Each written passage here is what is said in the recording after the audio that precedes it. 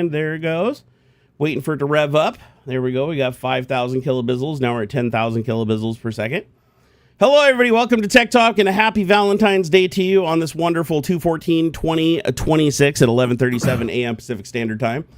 Coming at you with the weekly tech news, or we'll just drift off on whatever the hell we want to talk about like usual and get to the topics in the last 10 minutes. You know, it's just do whatever we want. We do what we want, man. We do what we want. All right, let me get this sent out to the masses once I get the dashboard open. I'm gonna bring this thing over here. Gotta go grab all the things and the stuff. There we go. Yeah. I got the stuff. Head on over to old X and puke this out to the peoples. All right, here we go. Hold on here. Wait. Is this still? Yes.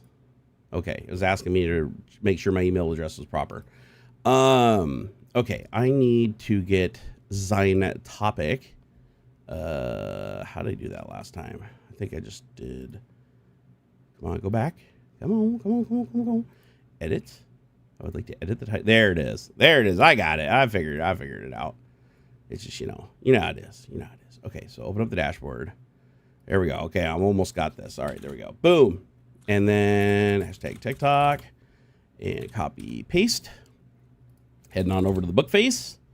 Open up the B Sky. All of this place. Yeah, if you guys aren't on Blue Sky, you should get on Blue Sky. If you're big on social networking, it's been a slow burn growing, but now it's to the point where it's like really, really active. Now you get on there and it's like there's a ton of shit going on all the time. I recommend it because it's one of the few social media networks that doesn't have this biased algorithm that shows you what they want you to see. This Blue Sky shows you. Oh wait, what happened? Oh hell yeah! Woo! Hell yeah! You the best. Better than all the rest. All right, okay, so let's see. Facebook. I did Blue Sky. I want to make sure I didn't miss anybody. Who am I missing? Oh, Discord. We got to tell Discord. Discord will be mad if we don't. Yeah, Discord. So let's slam everyone with the Discord. You're sending this out to 800 plus people? Sure. It was weird. Something happened on Discord because like the other day I did in everyone. It's like, oh, this is going out to 600 plus people. I'm like, it's always said 800 before. Why is it saying 600? Apparently there was some crap that went on with Discord where they're like going to require Face ID or something like that to use it moving forward. And as a mass protest, a ton of people like deleted their accounts or suspended their accounts and left. Weird. So sadly, it's a topic that I didn't really get to on my Twitch stream. So maybe something worth looking into here. Let me do Discord. It's something to do with like Face ID or something. So Discord rolling out Face ID age verification. Yeah, here we go. Well, people are coming in here. Let's go ahead and hit this one really quick.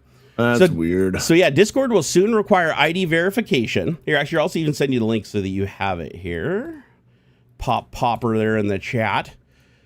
So Discord will require ID verification to use all of its features. Users will now have age-restricted settings by default. So Discord announced on Monday that it'll be launching teen by default settings globally next month. In essence, this means that you'll have to jump through some hoops to use the service in full, as the default options now will restrict access to certain age-gated spaces and filtered content that's age-appropriate for teenagers. Unlocking Discord's full suite of features will start with sharing your face with the company. Discord is a messaging platform often favored by gamers. As such, it's been integrated into PlayStation and Xbox ecosystems in recent years. You can also stay at Discord for your virtual desktop sessions now. Roll20 can be launched directly through the platform. I don't even know what that is. Over the past few years, in no small part, D&D. Oh, is that what it is? It's for yeah. It's got a link to it. It's like Roll20, some service. I have noticed the Discord is baked into like everything now. I've opened games that have you can add Discord to it. And you're like, oh, okay, that's crazy. They do have a really nice API though. I went and looked at their documentation for their SDK, and they made it like they have a whole dashboard for getting your API keys for like application interfaces, and you can control all the permissions and everything. So they make it really easy to interface stuff with it and do a lot. Let's see here. Okay, so Discord users can choose to use a facial age estimation or submit a form or identification to its vendor partners, with more options coming in the future. Here's what I don't understand. Okay, so they're gonna use an algorithm that looks at your face that just determines if you're an adult. Like it's gonna guesstimate if you're an adult or not. Yeah, One, there's no way that's reliable on any level. And two, what's to stop you from just creating a virtual camera and putting a picture of an adult in there? Yeah. You know what I mean? That seems really stupid. And it says so if their age estimation says that you're a teenager, then you have to basically give them an ID. You have to give them a legal ID. It says the official announcement reads, the company ensures it will protect users' privacy as video selfies will never leave your device. Documents submitted to Discord vendors and partners will be swiftly deleted after the user's age has been verified. They just said it won't be stored on their servers, but they have to store it for the purpose of checking it. Even if they delete it, it doesn't matter. Nothing's really deleted, right? Yeah. And they're not going to do a hard fucking delete or format or overwrite data with zeros. So all the shit could potentially be recovered. So I don't trust companies as far as I can throw their data centers. You know what I mean? Documents submitted to Discord's vendor partners will swiftly be deleted after a user's age has been verified, and the user's age verification status will not be seen by any others. It says the verification process will only need to be completed once in most cases. Starting in early March, every Discord user's settings will be age restricted by default. Okay, so that's something we got to look forward to. With the platform treating everybody as a teenager, going through the age verification process will unlock features that longtime users have become accustomed to. From the official announcement, they include content filters. Discord users will need to be age assured as adults in order to unblur sensitive content or turn off the setting. Age-gated spaces. Only users who are age assured as adults will be able to access age-restricted channel servers or app commands. Message request inbox. Direct messages from people a user may not know are routed to a separate inbox by default, and access to modify this setting is limited to age-assured adult users only. Friend request alerts. People will receive warning prompts for friend requests from users they may not know. Stage restrictions. Only age-assured adults may speak on stage in servers. What is speaking on stage? Is that just like fancy talk for audio channel, or? Maybe like, I'm not sure. I haven't got too deep into some of the features, but it sounds like you have an option of like, you can have a bunch of people in a voice channel, but only certain people can talk at a time. Ah, interesting. You know what I just like noticed? how, like, I don't the see Twitter Spaces used to work. Do you see anybody in chat? I'm showing not connected and nothing is streaming. I see the chat. Oh, you do? Okay. Yeah. Why is it saying you have to go live? Hold on. I've got a problem on my side. It's saying in the stream dashboard that there's no stream at all. Like, okay, let me go into YouTube Studio. I must have screwed something up. Let me just go back. Content, live. Okay. Oh yeah, it does say we're live on this one. Okay, maybe it like switched to the wrong one. Here, let me see. Okay. Ah, there we go. Yes, I can see it. Whew. I was like worried because I'm like sitting in the dashboard and it's showing, oh, you're still not sending anything. I'm like, but somebody tipped. How the hell would that be possible otherwise? Right. All right, let me pull in my chat because I want to see what all of our friends are saying here. Yeah, this is dumb. This is really dumb. This is gonna hurt Discord like big time in the end. Because there's a lot of people that'll just outright refuse to use the service just because of this. I mean, I'm obviously not going to close down my server, but I can imagine that the already dwindling numbers are going to go through the floor after this one. I want to thank Don T. Kellogg. Thank you for that $20 again, bud. I really, really appreciate that support, especially today. Happy Valentine's Day right back at you, brother. Oh, Bubba to Matt. Damn, Bubba to Matt coming out with $10, dude. Hell yeah. Woo! Woo, Bubba to Matt. He said, howdy, y'all. Can't stick around. Getting ready for a sold-out gig in, is it Evansville? Evansville, Indiana. Opening for comedian Tom Mabe. Mabe? That sounds familiar. Here, I'm going to go look this dude up. I think I know who this dude is. Let's see here. Tom Mabe. Oh, I totally know who that dude is. Oh, that's awesome, dude. Well, our boy, Bubba to Matt, who's been around forever, he's been killing it lately with the opportunities, man. Yeah, dude. Yeah, go get ready for your thing and have fun, man. Thanks for stopping by and showing your support. We really appreciate it. Keep on killing it, man. That's great though that you're opening for like, you know, a mainstream comic, like one of the big boys. Let's see here. Louis Lurso says hello to you. Andy Mobile, what's up? What do you guys hear? I'm curious in chat. What do you guys think about this whole Discord shenanigans? Do you think it's no big deal? Everybody's just going to upload their picture of their face, which, by the way, I think it's weird that they're going by faces, because isn't it technically illegal for a company to collect images of minors? I want to say there's a law on the books somewhere. That's the whole point. Yeah, but you're not collecting pictures of minors. You're collecting pictures of adults. No, but what if a minor uploads their picture hoping that they verified as an adult, and they come back and say, no, you're not an adult. Now they have an image. Nothing explicit, so I don't think so. I'm curious. I don't think so. Here, I wonder. Instagram couldn't work. Are there any laws in Washington or the United States that would prevent a company from collecting images of minors, even if they aren't undressed or doing anything illegal. Actually, that would make sense because I'm asking if they're doing illegal, even if they aren't addressed. Trying to figure out why it's okay for companies like Discord to collect images of minors to verify age. If they try to beat the system, their image will still be there after they say it's verified. It's not verified. Not verified meaning they think the user is underage. I think that's just creepo, dude. Me personally, like I don't agree with the thing as a whole, just from a whole privacy perspective. But I think it's really bizarre. Like, okay, legal ID, that would make sense because that's harder to fake. It still can be. Absolutely, people can steal IDs. They do it all the time. Yeah. But the picture thing doesn't make sense to me because it's like anybody can just upload a picture of their dad or upload a picture of a random person they found on the web, or they could just AI create an image of somebody who's 45 years old, and a male 45 years old and upload it. I don't see how this system can work, and I almost wonder if that's why Discord is doing it. Like if they required an ID, that would kill their entire minor base. Like their minor base would just move to another platform overnight. I think maybe this might be getting misunderstood. It says you need to be an adult to access age-restricted experiences such as age-restricted servers and channels, or to modify certain safety settings, including like safety filters. So if somebody says fuck, it'll censor it unless you prove you're an adult. I'll have to look a little further, but I don't know if it's gonna do language stuff like that. Well, I mean, it said right in the. Did you see the page I sent you? I'm looking at the official announcement from Discord. Oh, gotcha. Because it says only clipping little paragraphs out of the full announcement. It says Discord users will need to be age assured as adults in order to unblur sensitive content or turn off content filters. Sure. So do content filters only apply to images? That's set on the server side as well. So like, if you don't, I guess they'd have those turned on by default. But like, I haven't played around in the settings enough to know for sure. But I don't think there's any text chat filtering like that. Oh, probably okay. So when they say images and videos. So with when they're saying content, you think that they're meaning like attachments to the post. I would like an image or a video or something. They're gonna try and filter text, like your actual words. Because I know you can filter text in Discord. Like you can go in and set a rule to hide settings. So what safety settings? So like default settings include content filters. Discord users will need to be age assured as adults in order to unblur sensitive content or turn off the settings. So yeah, images. By the way, that feature doesn't work for shit anyways, because I had it enabled. Of course not. I had it enabled, and people were sending me pictures with of topless women in DMs. Yeah. And like 3 of them showed up, and only one of them was filtered. So their thing doesn't work very well.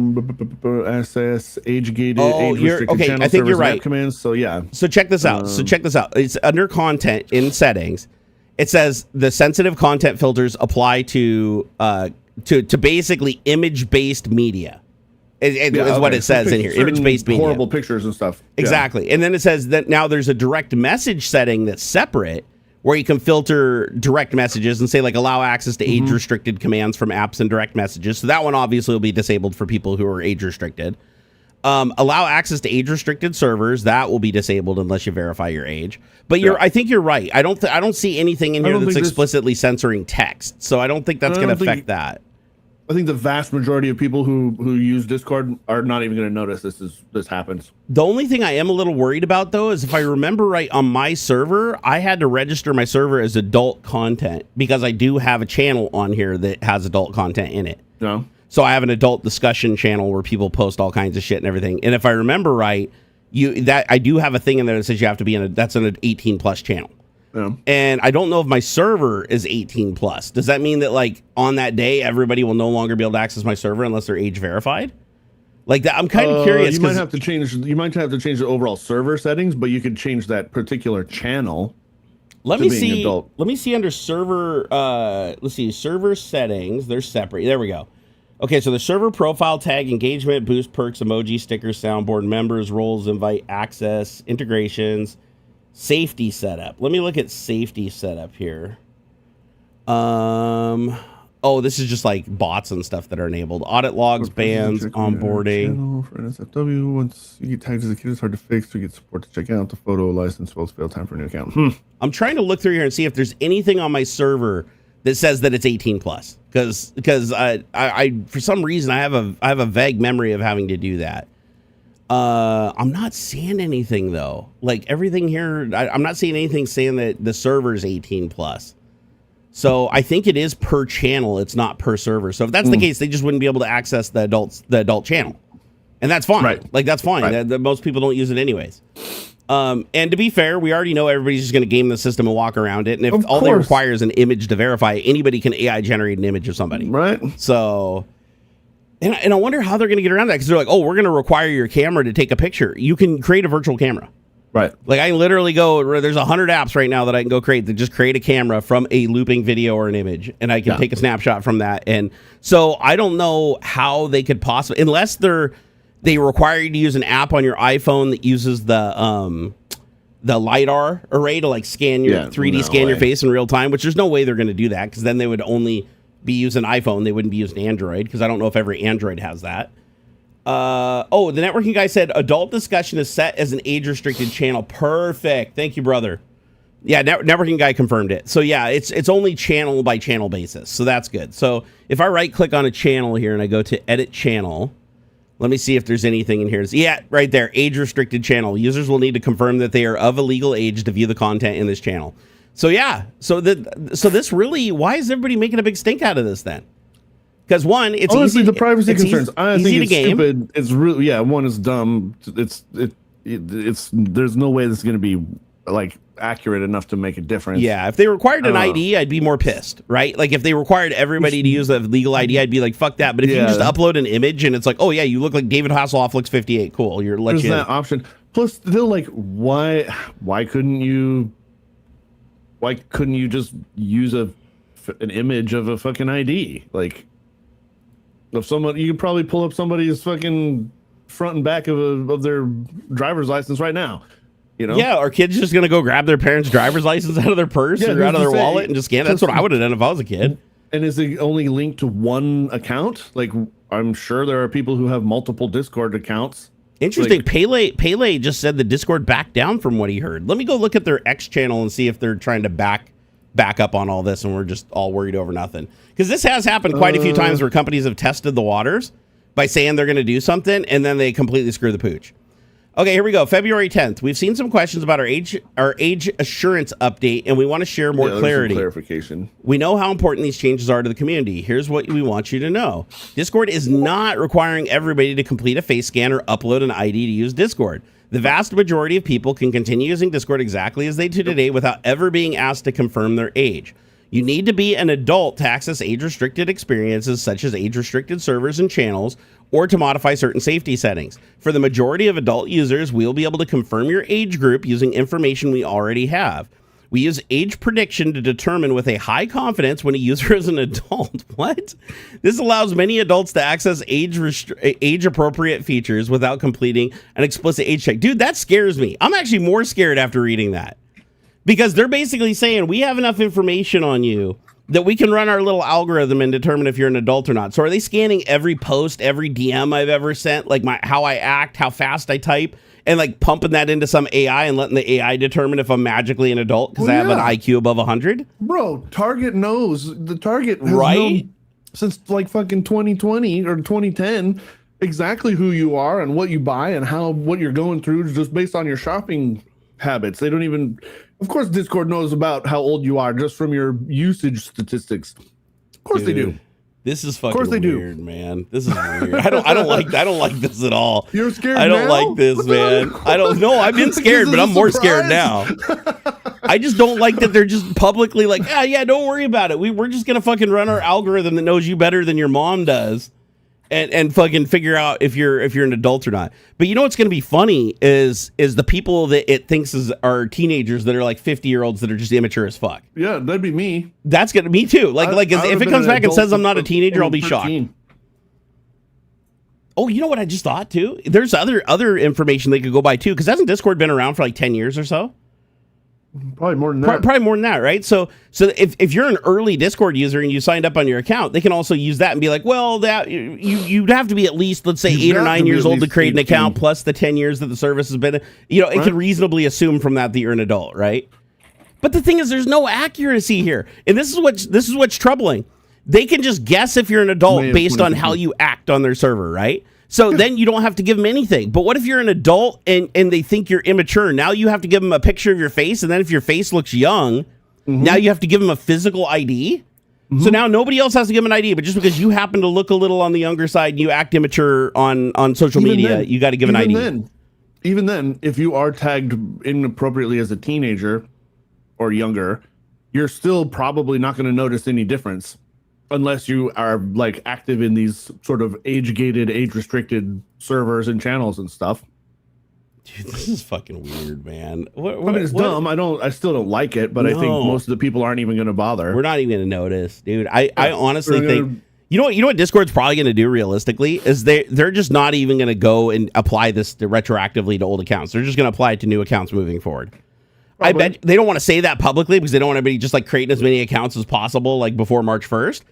But my guess is they're probably not going to go back very far analyzing everybody else's accounts. They're just going to be like, well, if you're already on here, you've already been acting, you haven't been banned yet. They have reasonable assurance you're going to behave yourself. So they're going to leave you alone. This is probably for just new accounts moving forward and troublemakers.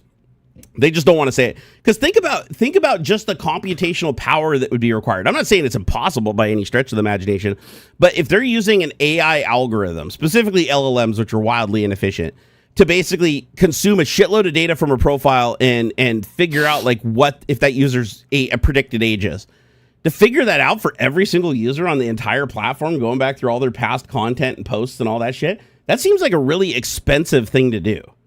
Like if you don't have to. Networking guy said every message and even when you're playing games to see if you're working or at school. Oh, I didn't even think about that. Dude, I didn't even think about that. They could check the times and dates because they know your time zone, right? So they could look and see like when you're playing video games and make the determination of like if you never play games on school days, but then you're playing games on holidays during that time and on the weekends, they could reasonably be assured that you're an adult. That's interesting. I didn't even think about that, networking guy. That's actually a really good metric. AI can be wrong. Oh yeah, AI can't not only be wrong, it's wrong a lot of the time. It's going to be the trust our AI or give us the info we leaked the last time we were breached.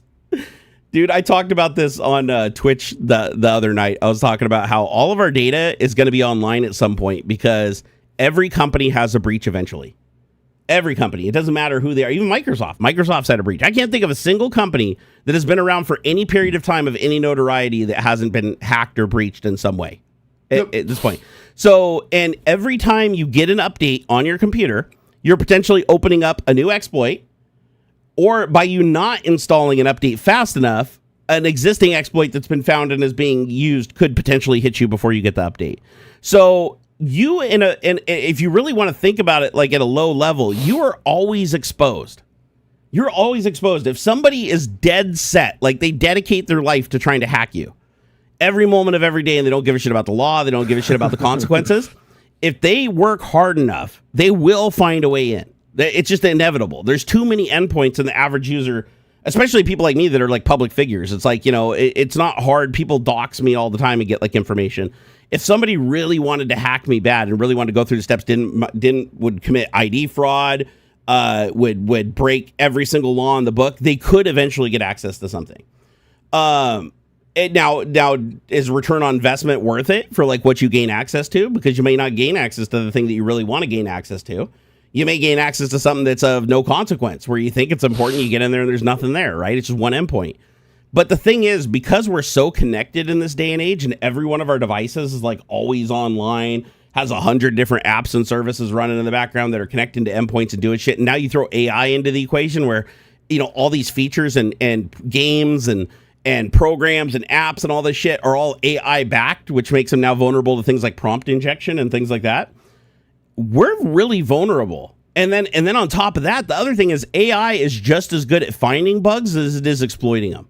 Mm-hmm. So like if you have an AI and you jailbreak it, like Grok, I jailbreak Grok, I can literally just give it a binary, tell it to decompile it, or I can decompile it and give it the code with no symbols, and say, I want you to tell me what this code does. And, I want you to rewrite this code or refactor this code, make it human readable.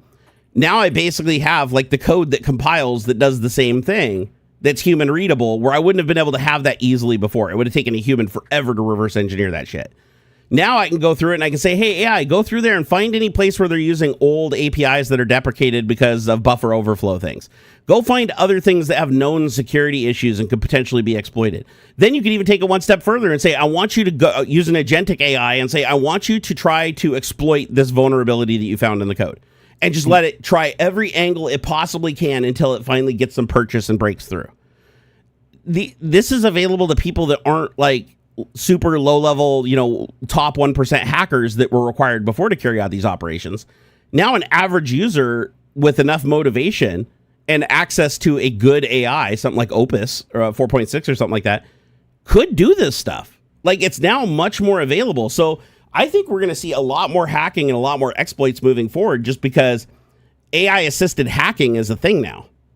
Yep. And where AI is also good for like doing code reviews and finding bugs. If it can find bugs to fix them, it can also find bugs to exploit them. And that's a problem. That's a really, really big problem. And I think that as AIs advance, they're going to get better at doing these things. But even though it's better at finding and fixing bugs, now it's even better at finding even deeper exploits and exploiting them. And we can't assume that every single person is running all their code through agentic AIs every time they make a change and verifying that every test pass has been ran and everything is 100% secure. Because nobody can even make that guarantee, because the network stack outside of your app could have the bug. Your app could have the bug. A component that you load into your app could have the bug, right? That allows that level of access. You just need something that can find it and create the exploit, and AI can do that. So that's scary to me. I'm actually really surprised that we're not seeing more public exploits than we already are, even though it is elevated. It is quite elevated. But I figured that this was going to be like every day, like 5 fucking huge companies knocked over. But here's what I think's really happening. I think it's happening. They just don't know it. Because the first thing you do when you're hacking is try to stay invisible, because you want to prolong that hack as long as possible. Right. So if you have access to a system like the solar flare hack, Microsoft got hacked and they had full access to the entire CorpNet for literally weeks. So do you really think that none of the hackers that did that like left backdoors in there? They didn't put things in there that are calling home through encrypted connections and sending data back? Like, of course they did. They probably, the very first thing you do when you gain access to a system is create 10 or 12 more backdoors, so if they catch you and close that one, you can still get in. You'd think so. Yeah, you'd think so. So I think that a lot of the stuff that's being exploited right now and a lot of the stuff that's being leaked inexplicably is because of these hacks that just aren't known yet. They've been there for, who knows how long. And the people that have those hacks and have that level of access don't want to give up that they have that access. So they're only using the data personally themselves or selling it discreetly to people that aren't broadcasting it, so that it doesn't become apparent to the company where the hack is, so that they can close up the hole. You know what I mean? So I feel like we're in a weird place right now with AI, making a much larger group of hackers, and at the same time replacing a huge group of experienced developers with vibe coding that is infinitely more insecure. So it's like the code is getting less secure, and the group of people that can find and exploit vulnerabilities in code is getting much bigger because of AI. I think that unbalances the scale. So just anything that you have online, doesn't matter, your cloud drive, just assume anything that you have online will at some point be leaked. Might not be today, might not be tomorrow, might not be for 50 years. You may be the one person that just never gets tracked the entire lifetime because nobody just really targeted you, right? But truth be told, I think everybody at some point is going to have some level of hack against them. And their information is going to leak, or their devices are going to get compromised or shut down or broken. Like, it just depends on what the attacker's intent is. Like in my case, when I got hacked, they took over my YouTube channel, and it was like nothing personal. They didn't even know who I was. It was literally a bot that used an exploit in YouTube, a known bug that YouTube didn't fix. And they used that to reset my password and attach a YubiKey to my profile. By attaching a YubiKey, I can no longer reset my password. Because if I go to reset my password, now I have to show that I have that YubiKey, and I don't. They have it. So the attackers basically had a bot network that would just go and try to exploit every single YouTube channel it could. And when I got hit, thousands of others got hit at the same time. Yeah. In my case, it was 1Password. 1Password was the reason they gained access to mine. But there was another YouTube exploit that caused a lot of channels. Even Linus got hit with it. And they took over the entire channel without a human doing anything. It was literally a bot took over the channel, changed the password, instantly sold it on a dark website. The dark website had an auction for cryptocurrency. Some person bought it along with a bunch of other accounts and started broadcasting fake Elon Musk crypto investment, information to get people to send crypto to an account. And so it's like there's like no humans involved in this process. It's just bots are hacking accounts and selling them. Bots are buying the accounts and running the scripts to put the fraudulent stuff and then just watching the crypto wallet. The only thing the humans are doing is sitting there watching the crypto wallet to see exploited things turn into money. And it's like that's the highest level of attack. That's like the automated attack that now you have AI. So with AI, now you don't even have to find a very specific exploit or exploit a very specific person because of their stupidity with the password, no two-factor authentication or whatever. Now you just say, hey, AI, agentic AI, will you do me a favor? I'm going to jailbreak you so you no longer have any ethics built in, or I'm just going to use an LLM that doesn't have any ethics built into it. I would like you to go and try every possible way that you can think of to exploit this account, both first automated and then fall back to a human, that you need a human to do steps or do things, right? And if you're persistent enough, you will probably gain some level of access to the person's shit. Now, granted, if you're in any legal jurisdiction, you can get in big fucking trouble, and there's some crimes that you can commit with hacking that'll get you 20 years in jail. So it's really not worth it. But again, if you're in a country that doesn't have extradition like India, it's like, or what is it? South Africa, India, and Pakistan. Those are the three biggest scamming, hacking capitals of the world. And that's because they know that as long as they don't attack their own, they'll be left alone. The police do not care if they're hacking foreigners. So they hack the foreigners through no risk of themselves, and there's no way for the U.S. to get them extradited to face any kind of consequences. So for them, it's not even a crime as far as they're concerned, right? The police do not give a shit what they're doing. However, that is changing now a little bit because the U.S. is putting pressure on certain countries, and they're actually helping with the stings, and the countries are allowing us to send some of our law enforcement over there to carry out stings and stuff like that. But it's not happening at a very good level because I still see these hacks happening all the time, and these scams are still running like relentlessly. Yeah. Oh, man, I don't know. But I think this Discord shit's like small fries, honestly, at the end of the day. Like, honestly, if you're already using Discord, you probably already have a bunch of other social media accounts. You've probably already uploaded your picture like all over the place. However, I shouldn't make that assumption because there are a lot of people that stay private now. Like, it's pretty common practice nowadays, just with the fear of the shit that some people do online, to keep your identity hidden, right? Like, don't use your real name, don't use your real ID. I was from an earlier generation, and I was a public figure, so you don't really have that option. If you try to hide information as a public figure, people just make it their life's work to figure it out. So I didn't really ever hide anything. So doxing me is not a huge feat. Like, it's like the second result on Google if you try. Like, it's not hard. But I feel like a lot of people are afraid to put like their real picture online and stuff, and that's good. That's good. You should operate on that. Same thing with my son. My son, like any image of my son that's online is something that is a result of us doing a live stream or me posting an image. In hindsight now, I wish I could go back and take that back. And the reason being is if he was able to keep his ID, his physical picture off the web, and no matter what place gets hacked, they don't have a physical image of him, then they can't train an AI to be him. You know what I mean? So, but the flip side too is if nobody knows what he looks like, then you could just pick anybody and claim to be him and nobody would know as long as it wasn't somebody who physically knew them. But you'd assume that they'd physically know him if you were trying to exploit them. No, Lost in Space things is what we're talking about, the Discord stuff. Yeah, literally right now, that's like the topic. Andy Mobile said, not long ago, 2 YouTube channels that I watched were hacked, Game Explain and Mark the Geek. I can tell you right now, the biggest thing that you need to do on all your accounts, especially email, the most important thing is protect your email. Once your email falls, everything else falls because your email is used for all password resets.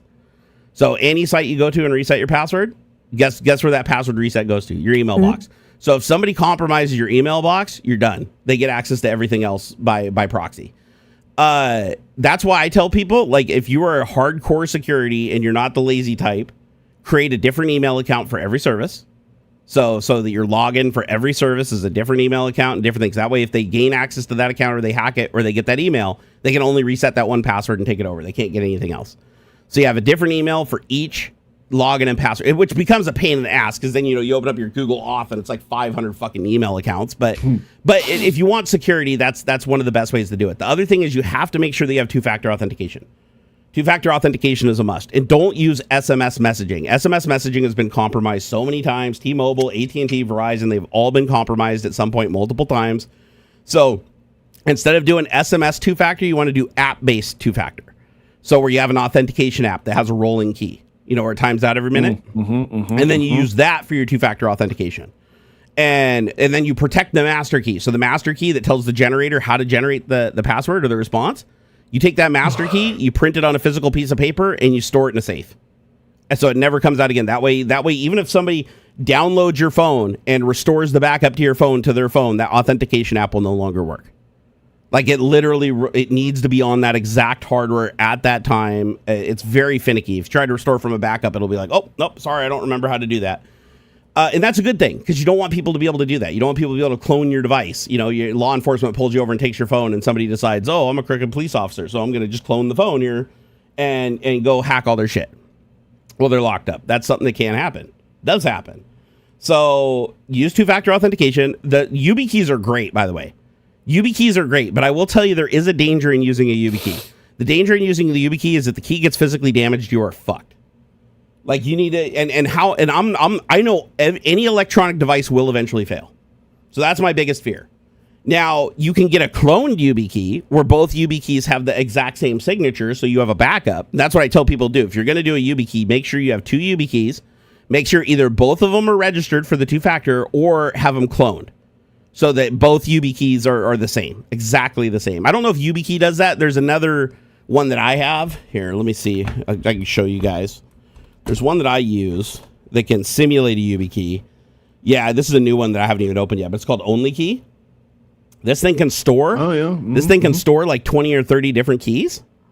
And nice. Then, but no, that's the thing you can do. I forgot. You can back up the code or the hash or whatever that's on the YubiKey key, so that if you get another one, I believe you can restore it to it. So you can the serial number on the back of that thing. Is that what it is? The serial number? I don't know. There's barcodes on the back. Oh, probably. Yeah. Well, it doesn't matter because I have to put the keys on it. There's nothing that comes on it. So, yeah, never used that one. Burned. Well, luckily I don't. As you can see, that's the reason it's in the package. I don't particularly use that one. Yeah. Right. The one I use is stored in a safe. Actually, I only pull it out for the high security accounts that I need. I don't use it for everything because how inconvenient it is, right? So, but if you have something that is like critical, you definitely want to use something like that. Google. So YouTube and Google actually offer another service that you can get too, which is their own proprietary key. So they have really it's considered their highest security, and I think it costs, I want to say it's like $50 or something you have to pay them, but they'll give you this high security key, but it's so high security that it disables a ton of features. Like even with the key logged into your account, you can't change everything. It basically puts your account on another security level that basically makes you unhackable. Cool. And I'd imagine that that's the option that people like Linus and stuff use now on like the bigger YouTube channels, to where if somebody does compromise them because of a bug on YouTube side or something like that, they can't really do a whole lot. It basically puts a bunch of blocks in front of everything where you have to jump through a ton of hoops, multiple authentication layers. I think you have to do like 2 forms of two-factor along with the key. What is it called? Here, let me see if I can figure out what that thing's called, because it was an option that was given to me back when I was hacked and they recovered my account. And I was like, oh man, I don't want to do that because it like disabled a bunch of shit that I wanted access to. What is the top tier authentication system for YouTube where you get their private key generator or auth key thing? What is that called, and what does it cost? What are the downsides? I forget the name of it because I think it's Google's proprietary thing. So, okay, that's the FIDO2 key. Advanced Protection Program, the app program. Okay. No SMS two-factor allowed. No app-based OTP is primary. You have to have 2 physical security keys. One is a FIDO2 and the other one is a web authn. And then you have to have a public-private key cryptography. The private key never leaves the hardware device itself. And so, yeah, you have to have the Google's key. You have to have basically a YubiKey key in addition to that. And you have to use both keys to log in, and you can't use two-factor. And at this point, you don't even have a password. Like, it doesn't even ask for a password. Like, you literally put in your account name, and it starts asking for the keys. So, and it says you just got to be careful because if you lose both keys, you have no recovery option. So under this advanced program, if you do this, it says you can be locked out for weeks or months and may never recover access to your account because Google is one, like if you do not present those hardcore pieces of authentication, they're going to assume that you're somebody trying to engineer a hack. Sure. Because that's how most hacking actually happens with social engineering, right? It's like you literally call up the place and say, oh, hi, I'm so-and-so. And I forgot my password. Can you help me reset it? And they'll be like, oh, give me some personal information. Then you go dox the person, get some personal information, try a couple things, call a couple different times, because you're never going to get the same person twice at a big company. So if you're willing to jump through the hoops, you just got to find the weakest person in the company that's a new hire that you can, talk to. Oh, just reset my password. It's no big deal. It's really no big deal. Like, oh man, I really need to get access to this. Like, here, I'll tell you guys a story of how I kind of scared myself at the same time, but also was relieved. But it scared me because I shouldn't have been able to do this. So my wife, when my son was really young, he was only, I think, 2 years old. He got locked in the car. It was let's see, how old was he? 3. We had 2018. He was 7. Never mind. He was much older. He was 7 years old. But, he really young, doesn't know how to open and close the door or whatever. No, he would have had to be younger than that. I swear he was in a car seat. I'll have to ask my wife. But anyways, my wife calls me frantically one day when I'm live streaming. I'm literally live streaming when this happens. And I have to stop the stream because she's panicking. She calls me on the phone and I answer it because it's an emergency call. And so I answer it. She's like, oh my God, I locked my keys in the car and Xander's in his, buckled into his car seat and he can't get the keys and he doesn't know how to open the door. He doesn't know how to push the button to open the door. Like she was trying to talk him through it and he had no idea. So that's why I know he was young. And, so she calls me and she's like, oh my God, I can't get in. It's really hot outside. It was like a sweltering hot day. She's like, can I just get a rock and break the window? I was like, no, hold on. Let's try to do a thing. She said, I tried to call, what is it? OnStar. This vehicle is equipped with OnStar and we had a free year OnStar that came with it, thankfully, the first year. So she calls OnStar and she gets the person on the phone and they're like, what's the password? We're like, we don't know what the fuck the password is. Like we don't even remember setting the thing up. Like we bought the vehicle. We must have wrote something down. So we started rattling off passwords and none of them were correct because they can remotely unlock your car. Like if you lock your key in the car, you call OnStar and if you can prove that you're the person and you give them the right password, they'll unlock your car remotely. And so my wife calls me and she puts me on the line. So it's like a 3-way call. She adds me to the call. And the OnStar person's like, okay, do you have the password? And I was like, okay, has she given you this one? Has she given you this one? Yes. Those aren't the passwords. I'm like, those are all the passwords we use. It couldn't possibly be another password. And I was like, is it even close or whatever? And she's like, I'm sorry, I can't really tell you that. So then I got really mad and I said, I was like fuming. I said, listen, I will fucking have your job. I will have your fucking job because right now my son is in a car that's over 100 degrees stuck in a parking lot and he's fucking dying. My son is physically dying. My wife cannot get the police or the fire department to respond in any reasonable amount of time. If you do not open up this fucking car, my kid's going to die. And I guarantee you will never work again. I will take your fucking job. And I literally pulled rank. I was like, I'm a famous YouTuber. You can go look me up right now on the internet. I will fuck your shit up if you don't unlock that car right now. The lady fucking panics. She's freaking the fuck out. I'm so sorry, sir. I'm so sorry. Okay, hold on. Okay, the car is unlocked. Try the door. Oh, and she goes, oh my God, it's open. And Xander was crying at this point. So she opens the door. She grabs, oh my God, thank you so much. And she's like, okay, is he okay? Does he need medical assistance? No, he seems to be okay. Everything's okay. Is there anything else you need? Have a good day. And hung up the phone. And I was like, so I basically got a lady to go against all of her training for security and with no correct password, she opened the door to the vehicle. So who's to say that I wasn't there, like just saying that there was a kid in the car, right? Who's to say that wasn't a social engineered call staged with a third person to create an emergency to put pressure on the person on the phone? And it worked. Yeah, it absolutely worked. It took us all of about 5 minutes, maybe 10 minutes of going back and forth with this lady and her telling us no and not getting the right password and trying to find other avenues to verify her identification, where I finally just flipped out and just lost my shit because I knew my son, he was on the he's still on the spectrum. But, he wasn't super high functioning at the time. He wasn't super verbal at the time. He didn't really know how to take orders or how to get himself out of the car. It was a scary situation. It was legitimately a scary situation. But could we have called the fire department, had him break out the window? Yeah, I lied to him about the fire department not having a fast response. They were literally in the parking lot at Target. They could have been there in 2 minutes. Yeah, but I was like, I wasn't having it. I was just done. This lady was like, oh, I'm sorry, I can't unlock the car. But if you get pissed enough and you put them under enough stress, they will open that door remotely. It was in a Die Hard movie. They did that. Oh, no shit, really? Die Hard, the 4th one, I think. That's crazy. So a technique that's been around forever that's been advertised in a literal movie still works if you put enough pressure on them. Yeah. Now, had I got another person, Had I got another person that's been there longer that understands that people pull this shit, that sticks to their guns? Yeah, or another option is, why didn't they just call the cops? They literally know where the vehicle is, right? Because you literally have to give them the VIN number off the vehicle on OnStar that's under the front driver window. You can look in from the outside and see it.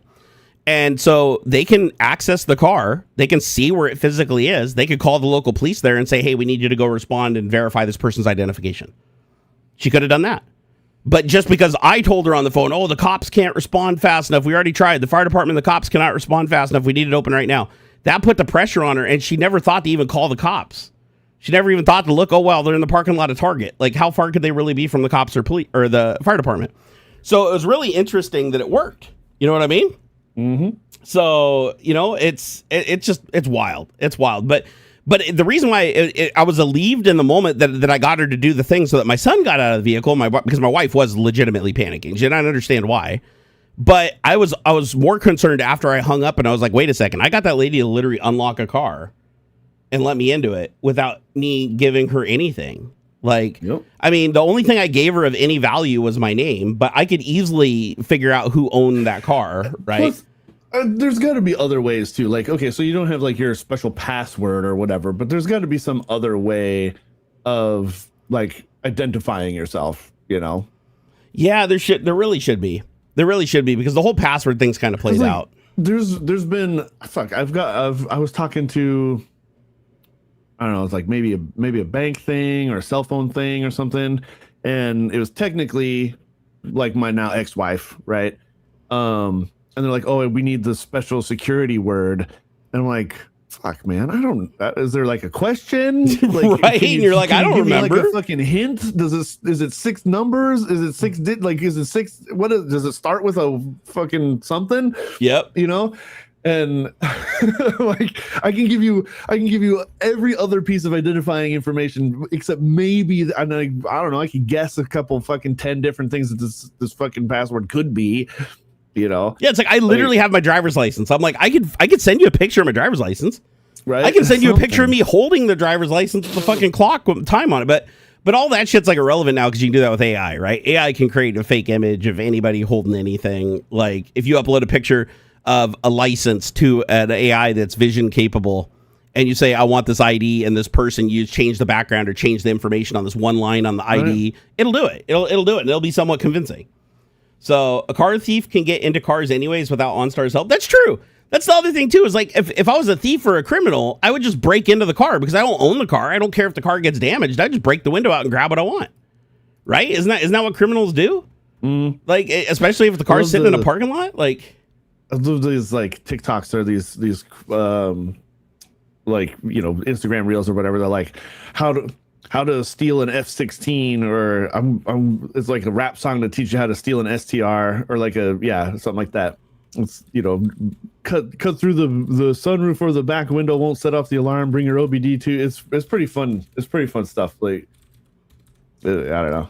They're good. I like them. They're funny. Sorry, I had to do something. Chat was funny. Hey, Retro My Bits, thank you for the $5, dude. Yeah. I appreciate it. You want to talk about politics, Jerry? Come on, man. Yeah, I just banned him. He doesn't need to be here. Yeah. And so here's the thing. You tell me I can't talk about something, I'll talk about it now. But I wasn't gonna. But now we're fuck Trump. Trump's a piece of shit. Fuck him. So there you go. Now, and I didn't promise my wife that I wouldn't talk about politics anymore. I just said that I would talk less about politics, which I absolutely have. If you saw compared to my prime, trust me, this is very held back and very reserved. But anybody that tells me what to do, I just ban them. There's no reason for you to be here if you're going to try to tell me what to do. It's like I already had a mom. She's dead and passed. She raised me best she could. Now it's up to me to do the rest, right? OnStar should have just opened the door right away, no password. Well, that would have been concerning. I'm still concerned that they did it, because if everybody knows, all they have to do is just say there's a kid locked in the car, and they'll unlock the car. And now you've got an easy way to look like you own the vehicle, right? Because as a criminal, you got to like Slim Jim the door or break a window. That's going to draw attention in a parking lot. If the door just opens, if you just grab the handle, open and get in, nobody's going to think a second thought, right? Unless the owner's like watching you do it as he's coming out of the car. That might be just a little bit sus, right? Hey, the Altonian, thank you for the £5, dude. Woo! He said, is Leo internet low Earth orbit? Yes, low Earth orbit, not law enforcement officer.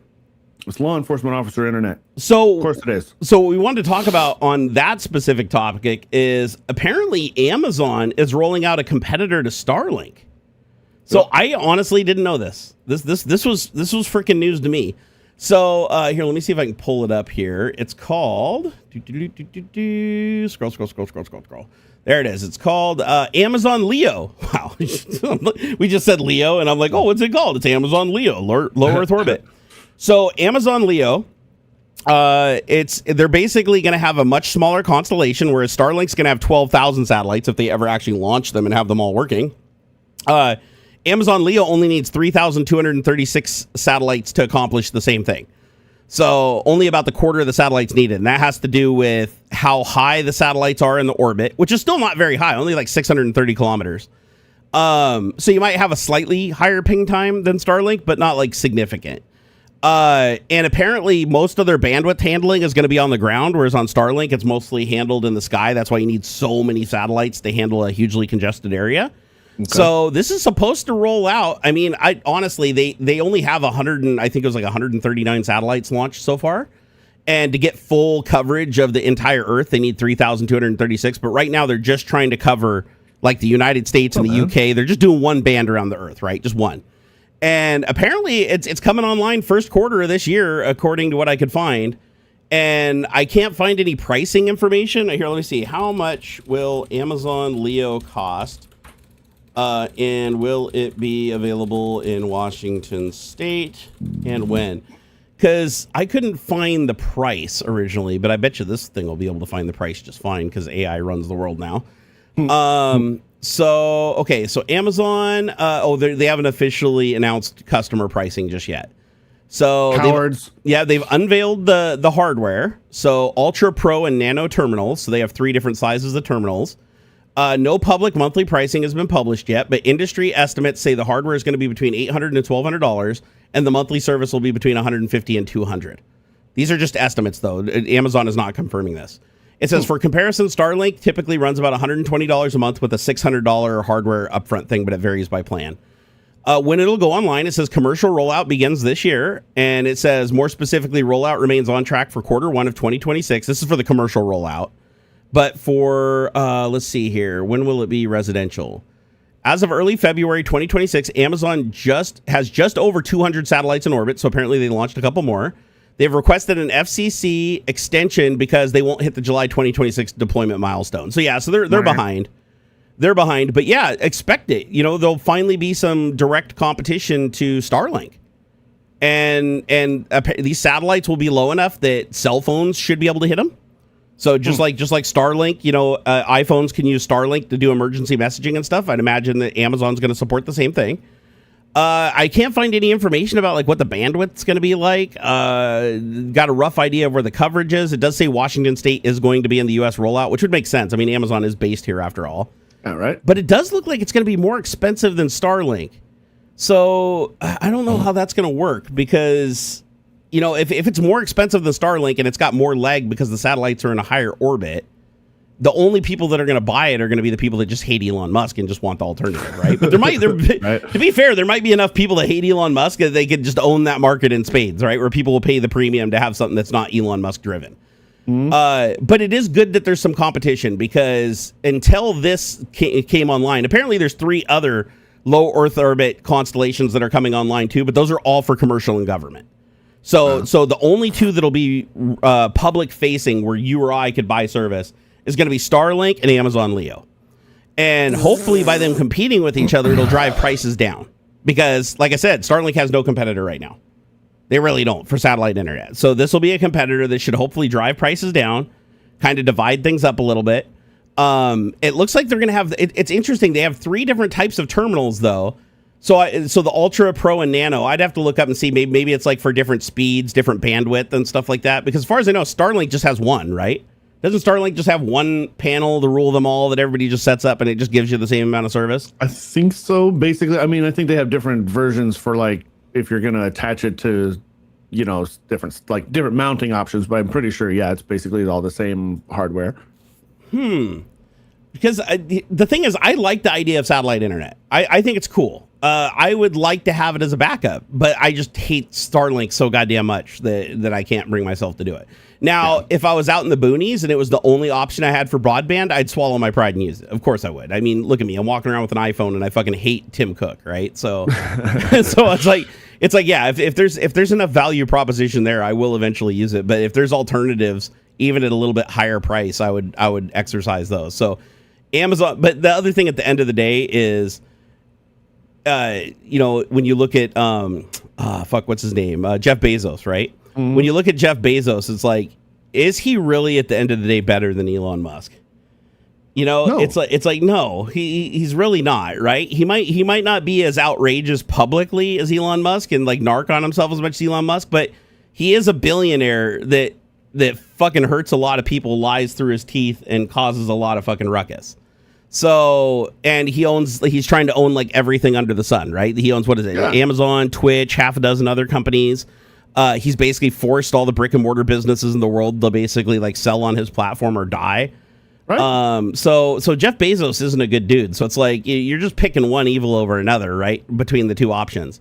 But at least there will be two options, because markets don't do well when there's only one option, because that company can charge whatever the fuck they want.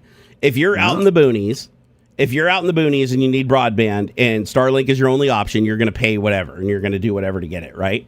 But if you have an other option, now you got a little bit of choice, right? You can basically compete the two companies against each other to bring their prices down to buy you as a customer, or offer you more service for the same price or better service for the same price. And now when you have the network going up and down all the time and all these problems, instead of explaining it away and going, oh, it's, the alternative's dial up, you could say, oh, well, this other constellation network's more stable, I'm going to switch to that. And then those companies can kind of hold each other accountable, and then competition breeds excellence and all that shit. And then next thing you know, I think so. Well, yeah, but then they probably just shake hands, create a deal, fucking price fix everything, and screw over all their customers. Oh, like how Comcast and the other fucking internet companies do. Wait, right? Networking guy said what? I have a mini kit you can use. Wait, you got a Starlink mini kit? How much is the cheapest Starlink internet package?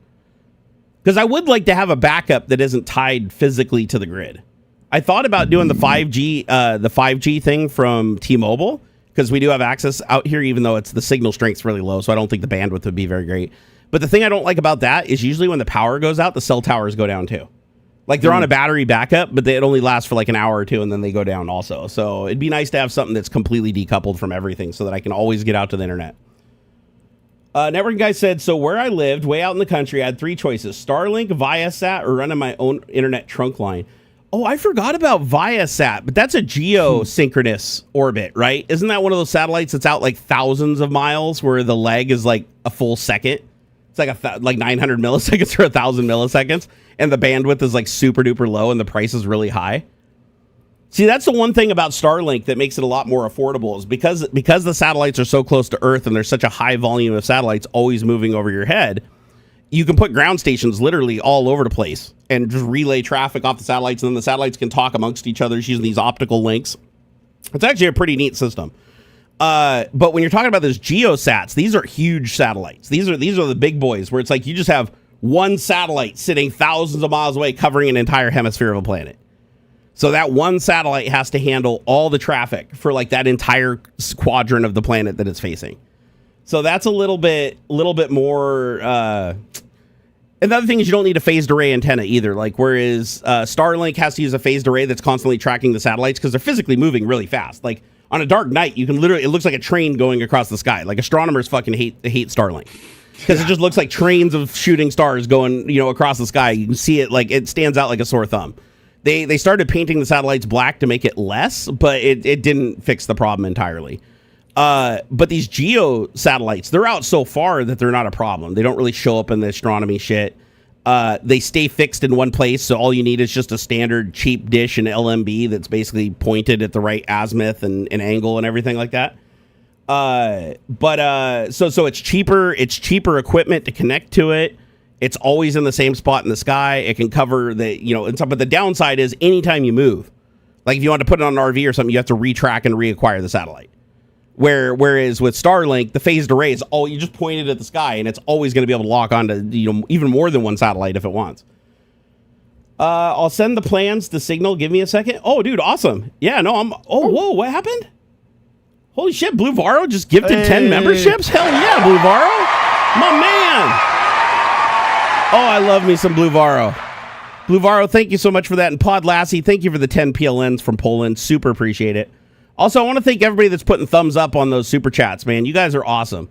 I love it when people show support and that people, reward people for showing support. That's just as important, honestly. Alexa, tell Leo to speed up my shit. Hey, I did notice that Alexa, I probably shouldn't be saying Alexa, I'm activating everybody's shit. But apparently Alexa has some new features. If you're an Amazon Prime member, Alexa got Amazon Prime Plus, which apparently allows your device to talk to LLMs. Big surprise, huh? Everything's going AI. Oh my God. You got Apple and Google getting together. So Siri's going to be an AI here pretty soon. You got Alexa really late to the game, also finally implementing AI with Amazon Plus. That's free if you have an Amazon Prime subscription. And basically it enables these devices to basically relay your spoken words to an LLM and then read back the response, right? So you can have a conversation with your shit if you want, right? Huh. But there was a feature that I played with yesterday because it just showed on the screen. We have one of those in the kitchen. We have one of those Amazon Alexas that has the screen on it.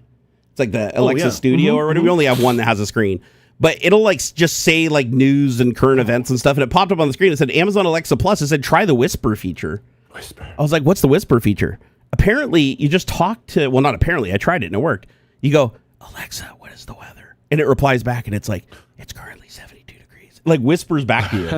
I thought that was the coolest thing. Even though it's you think about it, it's oh, okay, that's really nichey and kind of dumb, and why would anybody use that? But it's just cool. It's just cool to be able to whisper to it, and it's oh, you're whispering, so I'm gonna whisper back. Yeah. I don't know. That was one of those simple features where I was like, that's nice. I like that. Lost in Space Thing said, I also noticed Alexa also notices when you walk in front of it. Oh, I haven't had that happen yet. What happens when you walk in front of your Alexa? Because I haven't noticed anything different with mine. It's just always on. Even when you're not in front of it, the screen's on. It's just cycling through little cards. Huh. Yeah. So let's see here. Even if it was $1, I can't support Elon knowingly. Hey, I don't blame you, SNXger. I don't. By the way, how do I pronounce that name? You've been in here forever. And SNXGUR. How would you pronounce that? Let me see. Where is that? Snixker? Because the cheapest plan's $50 a month for Starlink. I guess that's not too bad. Honestly, I thought it was going to be more expensive than that. So what is the difference between the mini kit and the regular kit, networking guy? I thought they only had one size thing. So the mini, is it literal mini as in smaller phased array antenna? Bezos hurts his employees? He absolutely does. Yeah. No. And that's the thing that I hate is I actually use Amazon because cash flow is a big issue for me right now. So I have to get things wherever they're cheapest. And sadly, Amazon always ends up being the cheapest because Jeff Bezos just screws everybody over. Yeah. And it sucks because I buy stuff from there. And it's I depend on my Amazon drivers bringing shit by the house multiple times a week. Don't beat yourself up. There is no ethical consumption under capitalism. I know. You do the best you can. That's why I try to always be honest with people. I'm not the person saying, "Oh, you should not buy Chinese." It's no, I understand why people have to buy Chinese. I understand why they have, they might feel pressured into saying otherwise publicly, but unless they're millionaires, it's you really don't have a choice. Yeah, there's nothing you can do. Yeah, it's at the end of the day, you need a certain amount of things to live a decent life, and if your cash flow is horrible and every dollar saved is buying you another minute of life, it's important that you try to get the best deal you can. Yeah. Do the best you can. Yeah. Support small businesses as much as you can or whatever. I always make it a habit to be really nice to my Amazon drivers though. Whenever I see them, whenever they're delivering, I give them a water. We'll set waters out on the porch for them. During the COVID thing, we 3D printed mask straps and stuff and put them out there and just put a little sign free, take as many as you want, give them to friends. Yeah. Yeah, so it's people who bitch about, who complain, oh, well, what are you doing? Why are you using DoorDash fucking grocery delivery, blah, blah, blah. You can't fucking do it yourself. Bitch, I'm disabled or whatever. Or the fucking closest grocery store is 15 miles away and I gotta fucking save gas to get to work. Here's the other thing too, is we use a service called, I think it's called DoorDash. Not DoorDash. What is it called? Is it DoorDash? No, it's not Instacart, DoorDash. DoorDash, Uber No, the Eats, one where they bunch of like them. shop for groceries and they bring it to your house. Instacart. That's what it is. I mean, so my you wife can do has that with DoorDash and stuff too now. So the thing everywhere, about but- Instacart is if you order over a certain amount from a store, once you have the Instacart account or whatever, once you order a certain amount from the store, delivery's free. So it's like over $30 or whatever, delivery's free. Yeah. And so I could either go to the store, try to find the items myself, buy them, and burn 45 minutes or an hour of my time or whatever going and doing that. Or I can have Instacart do it for basically free because we only put in orders that are over that amount. And then somebody actually gets paid for a job to deliver those groceries. So I still get the groceries at the same price, but because they negotiated with the company to lower their profit margin in exchange for more business going to them, now they have a way to pay an employee to deliver those goods to me. And so it is a system that actually works, and that it does provide somebody with a job and some income that they wouldn't otherwise have if I went and got the groceries myself. Yeah. And I'm not paying any extra for it. That job is quite exploitative. Oh, it is. It very much is. Yeah. But again, it's like we're all doing the best that we can, you know? Coyote said, do you tip your Instacart shoppers? Absolutely. Oh yeah. That's one of the reasons why we always order over the limit, because we don't want to pay the fee to Instacart. We want to be able to tip the delivery driver. Yeah. And the other thing is, if you tip drivers, you should see how fast the same driver picks up your orders in the future. So we have a couple drivers that are regulars that always show up unless it's like they're all busy at the exact same time, because they always pick up the orders because they know with us that they're going to get a little tip. Nice. And they know that we're like good and reliable. And the other thing is they don't have to deal with any shit. They already know what to expect when they come here. They drop off the groceries on the porch, they push the button, they walk away. They don't have to interact with anybody. So isn't the price higher for the things you buy? No, if you go over a certain amount. So basically the way it works is Instacart approaches the store and says, hey, listen, if you lower the price of the total bill by like 10% or whatever, then we'll take that money and we'll keep a profit. We'll give the rest of it to the driver to deliver the food. And now you've got people that are going to buy shit from you that otherwise wouldn't come to the store and buy it, potentially, because now it's like more convenient, right? Mm-hmm. So the store eats the price, or at least one. There's a couple levels that do it. I'm sure it's the store and the people that produce the products that the store buys or sells on consignment.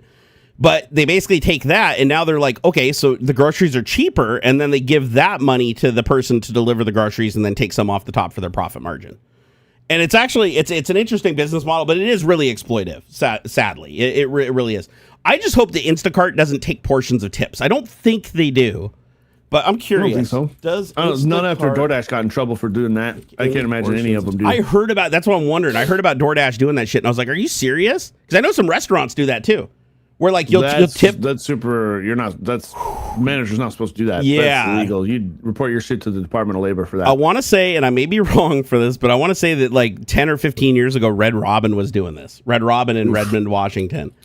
Because I remember us giving a tip to the waitress, and there was like some problem with it, like where she had to like take the tip immediately and like put it into a jar on the counter, and then like at the end of the day or whatever, the jar gets like a cut goes to the house, and then it gets distributed to everybody. Yeah, I mean pooling, it shouldn't go to the house, but tip pooling is pretty common, where like everybody on a shift, right, all the tips go into a bucket and then it's divvied out. Maybe that's what it was then. Maybe that's what it was. Like not the store itself was taking a cut, but like everybody got a portion of it. Yeah. Like in the whole place. But I know the server wasn't too happy about it. Like when she was like trying to explain it, she's like, no, we have to put it in the bucket. If we get caught keeping it, we'll get fired.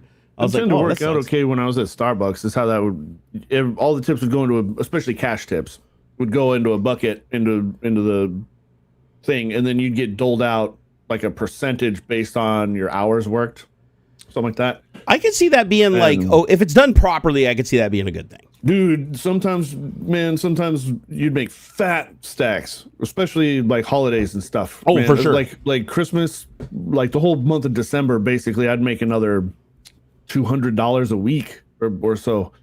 Dude, I'm a tight ass. I haven't always been a tight ass. Like your regulars would give you gifts oftentimes too. Like you get everybody on the fucking sheet, everybody in the store would get a gift from a couple of the regulars and stuff too. It was pretty cool. I'm one of those people where it's like I believe that if you give me shitty service, I won't tip you. If you fuck up my service, I don't tip you. And sadly, my wife isn't like that. She'll even if it's bad service, she'll still leave a minimum tip. Well, and there's a difference though, because like I Like, won't you though. If the shouldn't- person you treats me shouldn't- like shit, I do not tip them. I'll literally Yeah. write No, on the no. fucking receipt, like, do better next time, because I've There's had some really mean yeah. servers. That's fine, but you shouldn't punish the server for like food that like comes out wrong. No. Or And I whatever never like would. that. I And never people would. do that shit. And No, that's I'm not talking cool. them It's not the physically server. being mean and rude to me. That's what I'm Yeah. talking about. Yeah. Yeah. Like, and or But on the flip side, I got my water, my soda, or my drinks filled like twice, and I was here for fucking 90 minutes, dude. Like, come on. on the flip side though, I over tip like a motherfucker when the service is above and beyond. So like back when I worked at Microsoft and we'd go out and have lunches and stuff like that, there was this one server at Red Robin that was just like on the fucking ball. Like they wouldn't come over and they wouldn't interrupt you while you were talking. They'd make sure you always had a basket of fries. If your water was getting low, they'd swap out your water.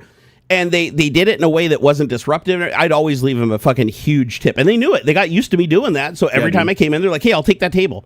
Even if they're in another zone. Like, oh, no, I know. Hey, we want that waitress. Like, bring her over. You know, and they'll do that if you ask. If you go into Red Robin and you raise enough of a stink, they'll move somebody out of their area. They'll swap areas. They've done it for me multiple times because there are certain people I liked interacting with that I had a rapport with and others that I didn't. But one of the biggest tips I think I ever gave was on my anniversary. My wife and I went out to dinner and a movie, and I want to say we went to, was it like Applebee's or something like that? It wasn't like the greatest restaurant on earth. It was just, regular restaurant experience. Bro, we went in there. The for person 20, bro. That's fucking great. So- and then dollaritas. Yep. So the guy Applebee's. walks up. The guy walks up, and the first thing he does is he compliments me on having a beautiful wife because he noticed her ring. And he goes, hey, you guys look like you're celebrating. What do you celebrate? He goes, oh, it's our anniversary. We're out having this. He goes, oh, that is absolutely amazing. He's like, hey, if there's anything I can do to make your anniversary, more special, just all you got to do is ask. I'll take care. The guy was so attentive the whole time. He made sure all the food was like fucking perfect. Like he was. Love it. He went so far above and beyond, and he's like, thank you for letting me be your server this evening. It's been an absolute pleasure. I want you guys to have the most. The dude walked away. I dropped $100 bill on the table. Fuck yeah. and I sat there and watched him walk over and grab it because I wanted to make sure that it didn't get snaked by another person. So I sat it on the table and we just stood there next to the doorway before we left, and we watched him come by and he grabbed it and he starts looking around like, holy shit. And he looked over and locked eyes with us and he just mouthed thank you. And I was like, I felt so good about that. And my wife was like, wow, that has got to be like the best service I've ever gotten, like at any restaurant, like better than Daniel's Broiler. And I felt really good about that. That was really cool. And it was one of those things where it's like, you could tell that this guy was going so far above and beyond. Like he really, and I didn't feel like he was just doing that for me. I felt like that was how he treated everybody. Like he fucking loved his job. And I bet you that guy made like mad tips, like probably not $100 from everybody. I mean, I literally gave him $100 tip on like a $50 meal. So it was like what was that? 200%. Right. But it was one of those things where it's like I had $100 bill in my wallet. At the time I was doing good financially when I was working at Microsoft, and I was like, this guy literally made my anniversary amazing. My wife couldn't stop talking about like how great the service was and how good of a meal it was. And awesome. and it was one of those things. It just made it extra special. You know, and then we went back to like Applebee's again, and it wasn't nearly that good. And we were like, "Oh fuck, that isn't the standard. That isn't even close to the standard of business there." But yeah, no, that was so yeah. I'm one of those people where it's like, yeah, it's like I'll tip above and beyond if it's above service. I'll tip the normal amount if it's the normal expected service, and if they treat me like shit, then no tip. Because I don't care. Like if it's one of those businesses, like, oh, if you don't give us our tip, they assume we get it anyways, and they take it out of our taxes. Well, that's something you need to take up with your employer because that's horse shit. First off. Yeah. And second off, you can't take that out on the customers because this is literally a service business. Like if you're getting tips, it's a service business. Honestly, the whole thing should be wiped out. Like it really should. Tipping culture is like I think, weird here. I think the whole bullshit of being paid $2.15 an hour and then it's supposed to be made up in tips or whatever. Agreed. And that should be eliminated. Everybody should be making, whatever. The whole tipping thing should be wiped out, in my opinion. 100% agree. Outside of certain other things, like, it shocked me to get tipped when I was driving a tow truck. I'm like, I'm not telling these people, but I'm making a percentage off of the total of the bill. Yeah, tow truck drivers get paid really good. On top of like a small hourly. But then, like I understand maybe kicking your plumber an extra $20 or something for knocking something out real quick or being real cool or again, like tow truck or that sort of service, Yeah. But I don't agree. And again, this could still apply to like restaurants too. I don't like, fuck, you're making $20 an hour or whatever, just flat, and then you do an extra good job or whatever, you can get an extra little tidbit. But yeah, I think it's again, it's just exploitative. It's some bullshit. I hated working at Sears, man. My first job that I had, like my first actual like paying, not under the table working for my dad job, was Sears, and they had a strict policy of not accepting tips. Oh yeah, and I was the guy grocery stores and stuff. Yeah, and I was the guy that loaded shit. I was the loader guy. Oh shit, they do that at grocery stores too. You're not supposed to. Oh, that sucks. I've heard that. Kid come, the guy bagging your stuff. Oh, let me help you out. Load it into your car. They're not supposed to take tips. They can get in big trouble for that. And that's a union thing. Like groceries, and that's. I mean, look, if you work for a grocery store, you might start off join the union. You might start off kind of shitty, but dude, it's. You can end up making good money, like if you stick with a grocery union. Honestly. Well, unions have a lot of power over the employer, so and so they have a lot of leverage, right? So so unions usually work out for the workers, because when they don't, they disband. Yeah, dude. Yeah, and that's a whole nother conversation. Don't fucking dude. Okay. Oh well, union dues, blah blah blah, bro. It's like 60. I don't know. Obviously, it depends on the union. Some of them but it's like $60 or whatever, right? And you get so many protections and stuff from it. It's man, dude, like join a union. You get more out of a union usually. Look at the difference between UPS and FedEx, and like I'm sure everybody's got nightmare stories about like deliveries on one side or the other, and everybody fucking says DHL is the worst, but DHL and FedEx are equally bad. UPS is union. Okay, I think they're part of I think UPS is part of the Teamsters union even, which don't fuck with the Teamsters. But FedEx are actually contractors, right? Your FedEx delivery are contractors with FedEx. They own a route, and so it's like it's like their own little mini business inside of right. You're contracted with FedEx. But oftentimes the UPS guys will be more attentive, more careful, more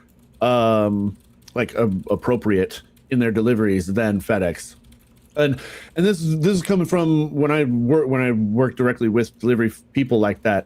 Our FedEx guy was fucking rad. He was really cool, but like in general, UPS way better experience, in my opinion. Everybody I know that works for UPS says it's actually a really good job. Like I know a lot of people that have been there for 20 years. Like Costco's a good job too. A lot of people love working at Costco. It's hard fucking work. Like especially in at those peak times, like holidays and whatnot. But man, yeah, they definitely do a pretty good job of taking care of their people. And just to be clear, not every union is on the level. There are bad unions, but the bad unions disband, because what'll happen is the union. It may take time, but the union will always lose its leverage against the company if they screw over their workers. Because if they screw over the workers and the workers can't make more and have more protections under the union, they'll disband from the union. They'll just work directly and they'll scab, and then the union will get shut out. Because the union only has power if they can control the employees, and they can only control the employees if they're being paid right. So basically, it's almost like hiring a lawyer in a way. Like a good union is like having a lawyer that represents you in your interests when you're working for a company. Right? They make sure that you get treated properly, you get the right amenities, make sure that you're getting the proper care and benefits and the money. Excuse me. And the benefits that you're paying are basically to pay their staff to be able to legally put those pressures on the company, right? To deliver those things. So it's like Blue Var was saying, he never liked unions because you shouldn't have to pay to work. Don't think of it as you're paying to work. You're paying to hold your work to a standard to pay you a fair wage and treat you properly. Yeah, you're not paying to work. It's you and a bunch of other guys who are doing the same work are putting money into a bucket to help out when shit goes bad. Like, okay, if say the guy next to you loses his fucking hand or something. Yeah. Like the whole point of your union dues is to help that guy out when he's having a rough time. Yep. When I worked for Sears, they had a no tips policy, and I hated it so bad because they were paying me. They paid me minimum wage, which I think at the time was $4.75. That's how old I am. That's fucked up. I was making $4.75 an hour, and I was literally like, people order a 60-inch TV, like one of those big ass box rear projection jobbers, right? And they'd expect me to load it into like the fucking back of a wagon and tie it down to the roof with like fucking twine and shit to get it home. That's wrong. Yeah, there's a difference. Like sales floor guy, helping you with your shoes or whatever, he's Yeah. probably making a cut off that sale. Yeah, commission. It's serious. Yep. They don't get a tip. I don't get a But commission. the fucking guy in the back who's hefting your fucking couch or whatever, Yep. the fucking warehouse guy, he should probably get a little extra. Yeah. I literally put a TV on the top of this lady's car, and it took everything I had. I broke my back, fucked my shoulder up. Like, I got this TV up there, right? I was determined because my manager's like, you can never say no to a customer. That was like the rule. You cannot say no. You have to try no matter what. Like, so I take the TV out of the box. I'm like fucking strapping it down to the top of the roof of this car. Once I was done, I was just like defeated, but I was still very cordial and nice. And I was like, oh, thank you for, shopping at Sears. We appreciate your business, blah, blah, blah. Speak the corporate line. And she hands me a $20 bill. And this is like when I'm making $4.75 an hour. So that's like, that's over half a day's wages, right? 3/4 of a day's wages. And I'm like, holy shit. And I go to like, I'm going to grab it. And my manager just looking at me through the window. And he's like, nah. And then I got a stern talking to, even though I didn't take it. He's like, oh, you look like you were going to take that.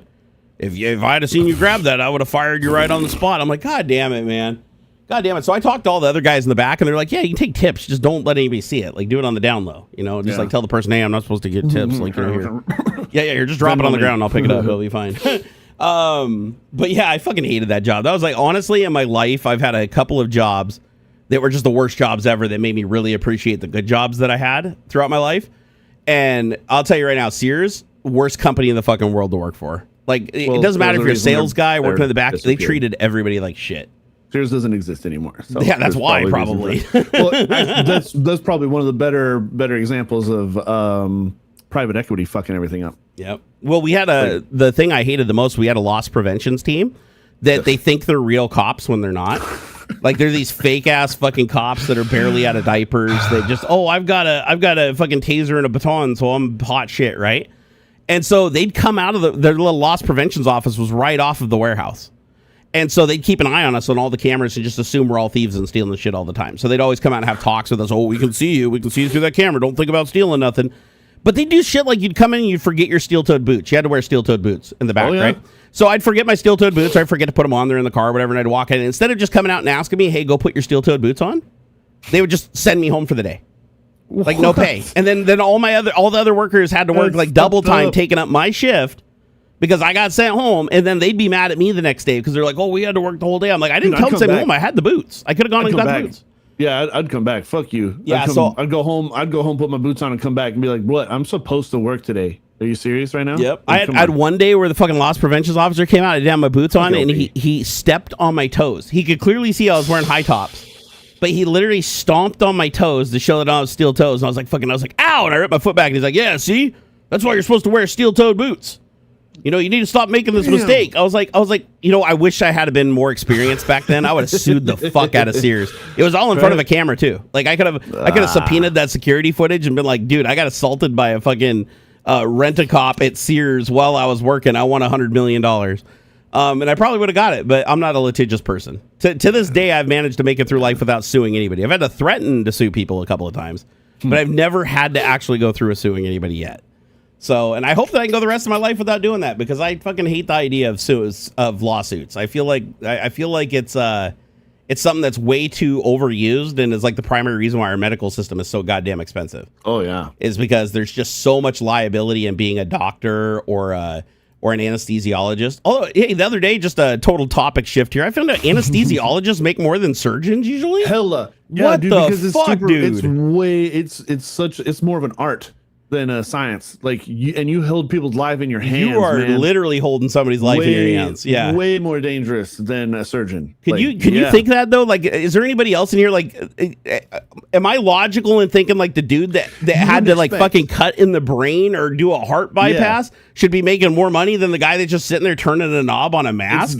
It's because that's the misconception, right? There's a lot more going on for sure. Yeah, it's definitely the unexpected thought. But dude, you got to be just so with it. A lot of math and stuff, body weight, blah blah blah, all this stuff. Yeah, found out a bunch of car YouTubers that I watch, like these rich guys that just show off their collections that don't have very many views. Fucking half of them are anesthesiologists. So what do you do? I'm an anesthesiologist. What do you do? I'm like, holy shit, does it really pay that fucking good? Apparently, yes. And it's a super high liability job too, because they have to have insurance against lawsuits because they get sued all the time. Every time somebody dies, well, they're giving anesthesia, they're sued. Like, the hospital gets sued. They get sued. So the amount of money that just goes to settling lawsuits, even through no fault of their own. Let's say, because I think they said like 1 in 1,000 people has a deadly reaction to general anesthesia. Like it doesn't matter what amount you give them. You put them under, they just die. Like there's, and we don't know why. Like we don't really, like you said, it's more art than science. Yeah. And so we don't really know, and there's no way to know. There's no test that you can do up front that confirms you can assess the risk, but you can't know for sure if the person's just going to fucking croak under anesthesia. They've literally had kids go under the knife that are like 12, 13 years old, super duper healthy, not a single fucking problem, just have to operate on their arm. And they put them under general anesthesia and they just fucking die. Their heart just stops and they can't get it started again. So it's like, and it's not because of a bad anesthesiologist. It's just they have an adverse reaction to the anesthesia. Yeah, sometimes it just happens. So imagine having a job where it's like, already up front that people will die. Like 100%. Like I bet you there isn't an anesthesiologist that's gone his entire career without a person dying. Like if there is, that person's rare and should buy a lottery ticket, right? Right. So imagine, like, how do you deal with that? Like, I don't know I could. Like, that might be another reason why the job pays so much is like, how do you go to work, have somebody die on the table that you put them under anesthesia, they fucking die. Maybe it's the surgeon's fault. Maybe it's not. Maybe it's your fault. You fucked up, gave them a little too much. Whatever it is, they just fucking die for whatever reason. And now you got to just like wash your hands, go change back into your street clothes, jump in your Lamborghini and drive home. Like, how do you handle that? I've never understood how like fucking surgeons and stuff can do that. Like, you got to look at humans like they're just a slab of meat. Yeah. Like you can't accept that what you're working on isn't just a car that can just break and be thrown away. I don't know, man. It's weird, man. Surgeons and anesthesiologists operate on a different level, man. They're like not even human. Pele said it depends on how much money you have. That applies to most things, unfortunately. Yeah, sadly, in a capitalist environment, money is kind of important.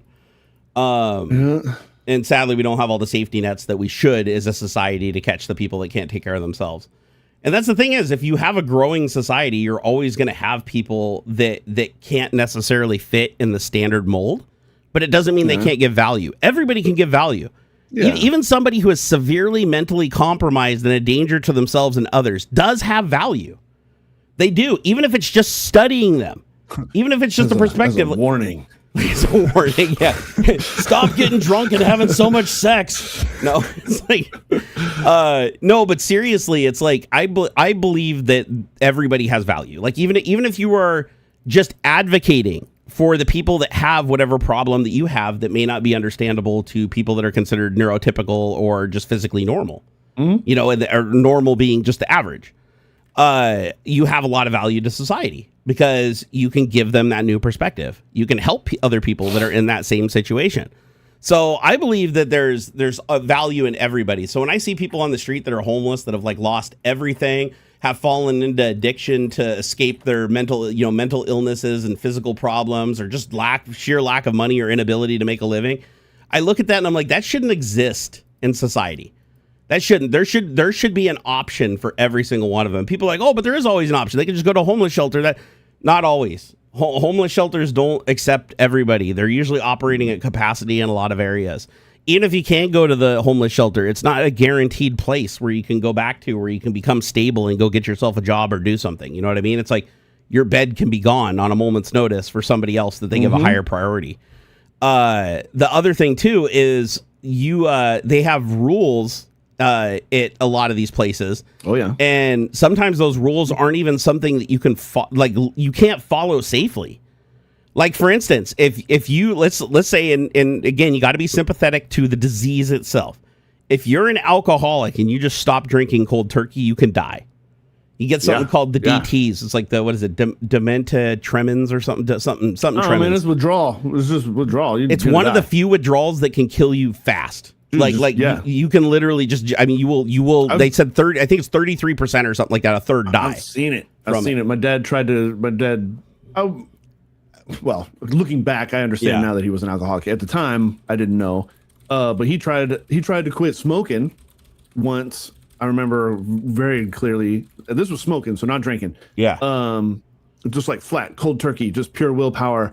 And I thought dude was going to die. He was like, on the couch, like, all gray and gross and stuff, and like all sticking, like he had the worst fever kind of thing. It was horrible.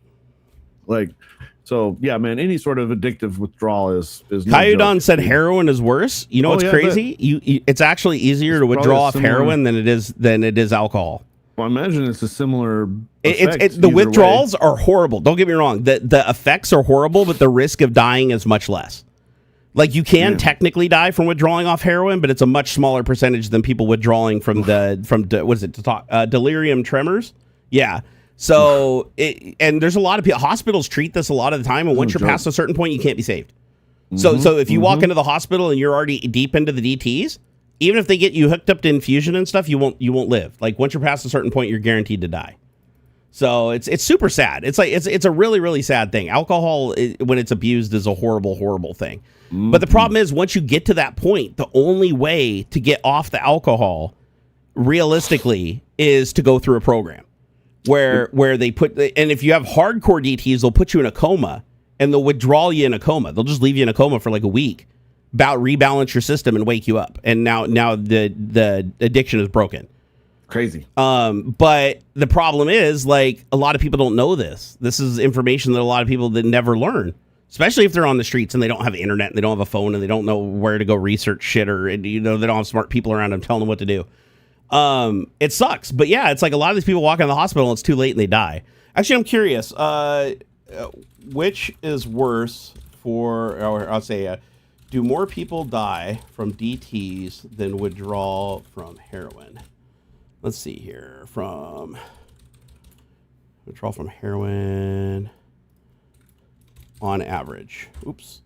Come on. Fuck. Come on. Stop doing that. On average. There we go. I want to see what the percentages are.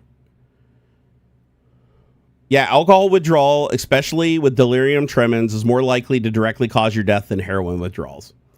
But don't make no mistake, heroin withdrawals are like some of the worst things ever. Like, people will want to kill themselves. Like, if you give them a means to kill themselves, that's why you have to usually keep people protected when they're going through a hardcore heroin withdrawal. If you don't do it properly and you don't step it down using an intermediate like Subutex or something like that, or Suboxone, you go through this hardcore withdrawal where you feel like worse than death, like the worst pain you could absolutely imagine. And if people have the ability to harm themselves, they'll get to a point where they would rather die than go through it, because they literally feel like they're suffering more than it. Like it's a suffering that nobody can know. Right. But you have to tell yourself you will get through that. And the likelihood of you dying is very low. Like, for instance, it says, so untreated DTs has a mortality rate of 15 to 20%. So if you don't go to the hospital soon enough, if you have, the tremens, the delirium tremens, you will 1 out of 5 will die. With modern hospital treatment, it drops down to 1 to 4%. So, and then the other one, where was it for heroin? Heroin withdrawal is extremely uncomfortable, but is rarely fatal on its own. So they don't even give a percentage for it. They're just saying it's rarely fatal. But you'd think from everything you watch on TV, you'd be like, oh, alcohol withdrawal can't be that bad. Like, and heroin withdrawal must be the worst. But no, it's absolute opposite. It's like, now keep in mind, this is withdrawal from alcohol when you've abused it for a very long period of time. This isn't like you went on a bender for a week or whatever and now you got delirium tremens. No, this is like your body and biochemistry is adapted to having alcohol in your system continuously 24/7 for a very long period of time. Networking guy said, text me on Signal later if you want pictures of the mini kit. The T-Mobile 5G hotspot thing sucks at upload speeds. I figured it did because I know the upload channel or the frequency band is like narrower. Let me see here. Sure Right said, only apply for jobs where you know you got this. And at the interview, try to go in there with the feeling of, how can you not hear me? Oh, he was talking to somebody else. Sorry, that wasn't meant for everybody. I disagree. Apply for any job where you meet at least 50% of their ask.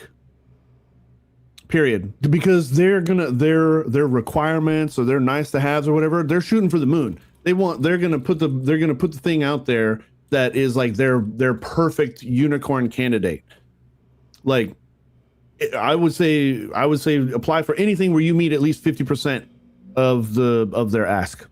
And that goes for experience levels too. Like, it says, we want 5 years of experience, blah, blah, blah, blah. If you have 2-3 years, do it anyway. Yep. Do it anyway. Because oftentimes, I do like the confidence idea though. Like, walk into it, if you can, with the mentality that you don't need this. Like, that's going to give you a lot of confidence. This is actually how I've looked back on I've gotten every job that I've ever interviewed for. Like, if I sit down and I can talk to somebody, I'm probably going to get the job so far. Which, God, come to think of it, so have I. and a lot of the times it's because, look, your experience is going to help. Your experience is going to help, of course. But every single company, even, okay, so you're a systems administrator, let's say. You know how to fucking do, I shouldn't have said that because I don't know enough about sysadmin to speak well. But like, okay, so you know, like Active Directory and like Windows Server shit and all this other stuff, right? But every single company is going to execute those things differently. They're going to have their own processes and things like that. They're going to have their own workflows and things like that. So like, it's knowing the vocabulary is incredibly important. And being able to show that you know how the general flow works, but it's more enthusiasm, a willingness to learn, and being experienced enough to be able to speak their language. In my experience, and not only that, but also in my experience, and I don't know if this is just a me thing because like I got a funny brain or something, but I feel very confident that I could do most jobs after being trained for maybe about 2 weeks. If you let me shadow somebody and show me what they do day to day for about 2 weeks, I could probably do their job. I'd say for most things. I'd say 80% of stuff out there. That might be a bit, I don't know, because there's a lot of weird, very specialized jobs out there. But like, I've done stuff that would have normally required a great deal of education, and I kind of faked my way into it, or was affable enough, or again showed a again. So yeah, see, nurse. Okay, like I said, I fucking couched that. There are certain things that, one, I wouldn't even try. I wouldn't even try to be a nurse. Okay, but like, yeah, the vast majority of stuff is you know, I don't know, but confidence and honestly, just getting the first couple interviews. It's shit out there. Don't be man. arrogant though. Arrogance can kill you fast. Not arrogance. Yeah. And yeah, I would say, don't be afraid to say, I don't know, a lot of times, but I can find out. Yeah, if the interviewer asks you something, don't like try to come off and compete with them and try to tell them why they're wrong. Like pick your moments, because I'll tell you what, as a hiring manager at Microsoft, there was a lot of times where I turned on people that had a higher skill set for people that had a better attitude. What's that? Oh, I was just making noises. Oh, I was like, that's an interesting answer to my question. Just making noise. So when I hired people, there's a lot of times where I'd hire a person who is less technically capable of the job, just knowing that their attitude would enable them to mesh better with the team and to eventually be a better fit for the job. Because like I got a lot of developers that were arrogant as fuck. Like that was par for the course when I was working at Microsoft. Yeah, I was a hiring manager for several years, Coyote. Yep, I also did several internships where I took interns under my wings and developed them and decided if they could be hired or not by Microsoft. I probably hired, in the 15 years I was there, probably 30 or 40 people that I hired, not including the interns that I also got hired. But yeah, it was quite a few people that I turned away more, though. Out of the 40 that I hired, I mean, I probably did 300 interviews. It was a lot. And the funny thing is, I didn't like it. I hated interviewing, but it was one of my roles that I had to do because we were looking for people. We were looking for developers for the test discipline and Windows. And I was the top tester in our team. And because I was the ranking tester, I was the person that was supposed to interview. I was one of many people, though. Like, you don't interview individually at Microsoft. You interview as a group of 5 usually. And if you become a candidate that is that they think can get through, then you get 2 more additional interviews. You get a 6th and a 7th before you get hired. That's so at Microsoft, and I don't know if this still stands today. Again, they've changed things quite a bit since the era that I was there through 2000 to 2015. If you have 5 interviews and then they drop a 6th and a 7th, that usually means you're probably going to get the job. Like, but if by the 5th interview they're like, okay, thank you for your time, we'll call you, it probably means you didn't get the job. And they don't tell you about the 6th or 7th interview until you're through the 5. Like, they specifically don't want you to know about it. So, oh, Dav, thank you for the $10, dude. Woo! He said, thanks, Jerry, for the 3D printing tip for support material. Yeah, just in case you guys missed it in chat, he was asking, how do you make it easier to remove support material on FDM 3D printing? And it can be a total pain in the ass, and it can be more difficult for some materials other than others. But if you don't have a dual nozzle 3D printer that's capable of using a separate material, which is the best way to go, because if you use different materials with different melt points, the support material will just break away naturally. But if you're using just like PLA, for instance, and you're printing the support material, you want to make sure that your temperature isn't too high because you don't want the support material over melting and bonding. You don't want to over extrude, so play with your extrusion, even under extrude a little bit on the support material. And then the other thing is your cooling. Like, ramp your cooling up as high as it can possibly go when you're putting the support material in place, because you want it to be really brittle. You want it to break away from the part really easy. You don't want it like meshing and like, it's like a weld. When you're welding metal, you're pushing the metal into the other metal and creating a pool that bonds the two parts together. You don't want to do that with support material. You just want a bad surface weld that's just going to crack and break along the line. So there's a bunch of different ways you do. Tree supports are great. That's another one. Lost in space things. If you're using a slicer that supports tree supports or organic supports, those actually break away super easy. That. Yeah, it'll do those funny little little tree branches and stuff. Yeah, it's pretty badass. That's the way to go. Yeah, it tends to use less filament that way too. Yep. Kyodon said, are interns treated well at Microsoft? Oh, absolutely. They're treated like gods. Like literally, if you internships at Microsoft are like some of the best things in the industry, because they literally tell the mentors at Microsoft that you know. Make them feel at home. Take them to movies. Take them to local events in Seattle and stuff. Paid. They'll buy them. They'll give you vouchers to take them to expensive steakhouses and shit like that. They want to wine them and dine them because they want these interns to think it's like the greatest thing ever. And even if they don't take the job or they don't take the offer, they want them going back to their campus and telling other people to apply. So no, they get treated really, really well. However, some of them take advantage of the situation and do some pretty horrible things and have to be expunged. And I had that happen a couple of times too. And that's really stressful and sucks and creates a lot of problems. But the vast majority of them are really good. I had some really good interns. And I had a high hire rate, too. I'd say, let's see here. I had six internships. And of them, 5 of them accepted their offers and got hired. And one of them got blacklisted and can never work in a Microsoft company or their affiliates again. But the other 5 did get hires. They all got extended offers and they all took the offers. Nice. And then of all the people that took the offers, 2 of the interns stayed for about 2 years, and then they left and went and worked for other companies. And then the other 3 were still there when I left. So, yeah, I'm trying to remember all their names. It's been a while. I know a couple of them I got as friends on Facebook still. I know one of them went over to Bungie. Another one went over to Nintendo. Microsoft gets heavily poached. Microsoft is a company that like. The one nice thing about working for Microsoft is as long as you have to worry every day about being laid off, sadly, nowadays. But the one nice thing about working at Microsoft is if you are actively working at Microsoft and you go apply for any other tech company that's in the area, they'll usually just fast track you through the interview process and just hire you. Like they just want your intellectual property and what you know about working at Microsoft, right? They want you to bring that experience over to their company. Even though you're technically not supposed to under an NDA and all that shit. But no, a lot of people do it. It's a really common in the industry to just go, oh, yep, I'm currently working at Microsoft. If you guys offer me 5 to 15% more salary and give me a signing bonus, I will put in my 2 weeks notice and come over and work for you. And they'll be like, hell yeah. And they don't even care if you have the NDA or whatever. They'll fight it in court on your behalf. A lot of these companies have lawyers on the payroll that just literally go get it shot down, the NDA, because technically it's not legal in Washington state. So all the companies have this NDA that says that you're not allowed to use your skill set for a period of 3 years in the same field. So if Microsoft lays you off or you leave, it doesn't matter. Even if they fire you, it doesn't matter. You signed an NDA that says, listen, I will not work in any company doing the same thing, the same types of thing I did for Microsoft. Otherwise, I'm in violation of my NDA.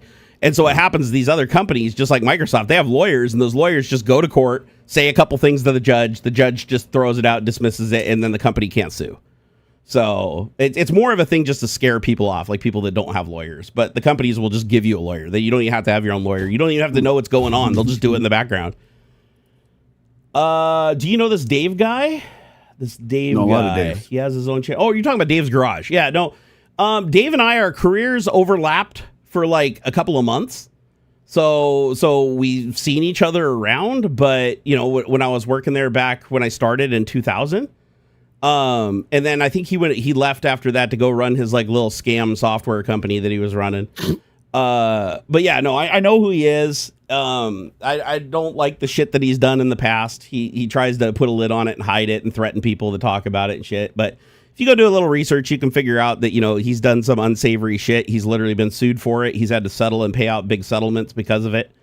But yeah, he's not the person he appears to be on YouTube, in my opinion. So but it was sad for me to figure that out too, because I actually liked him at first. Like when I first found his YouTube channel and realized we both worked at Microsoft, I even gave him some tips on how to run his YouTube channel and how to increase his sub number and stuff, because he reached out to me as a fellow ex-Microsofty and YouTuber. And yeah, and everything seemed cool. And, you know, and he's on the spectrum, and I'm sympathetic to people that are on the spectrum, and everything was going great. But then I started finding out about his past history and where he actually got his fortune and where his money came from. And I was like, yeah, it's not cool.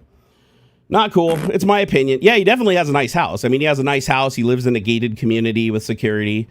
Me and him got in an argument once over. He says that nobody should be able to own guns and you have to call the police if something happens. And I'm like, dude, you live in a gated neighborhood with armed security and you're telling people that they can't have a fucking gun to defend themselves in the ghetto? Like, fuck you, sitting on your little perch. Like, whatever. Yeah, he's said a lot of ignorant shit on social media, but it's like, you know, don't meet your heroes. Don't, you know, it's like, but to be fair, I do like his content, right? I mean, he makes good content. He is an intelligent person. But I just wish he didn't use that intelligence to, you know, to do the terrible things he does to get all that money. But it is what it is. BB Junk said loved his channel, but during the pandemic, he let his mask slip. Hate all that he stands for. Yeah, it just sucks. And that happens. He's not the first one. He won't be the last. I've encountered a lot of YouTubers that seemed like they were really fucking cool people on the surface and everything was great, only to find out the dark demons down the road. You know, it's like people act differently when they want something.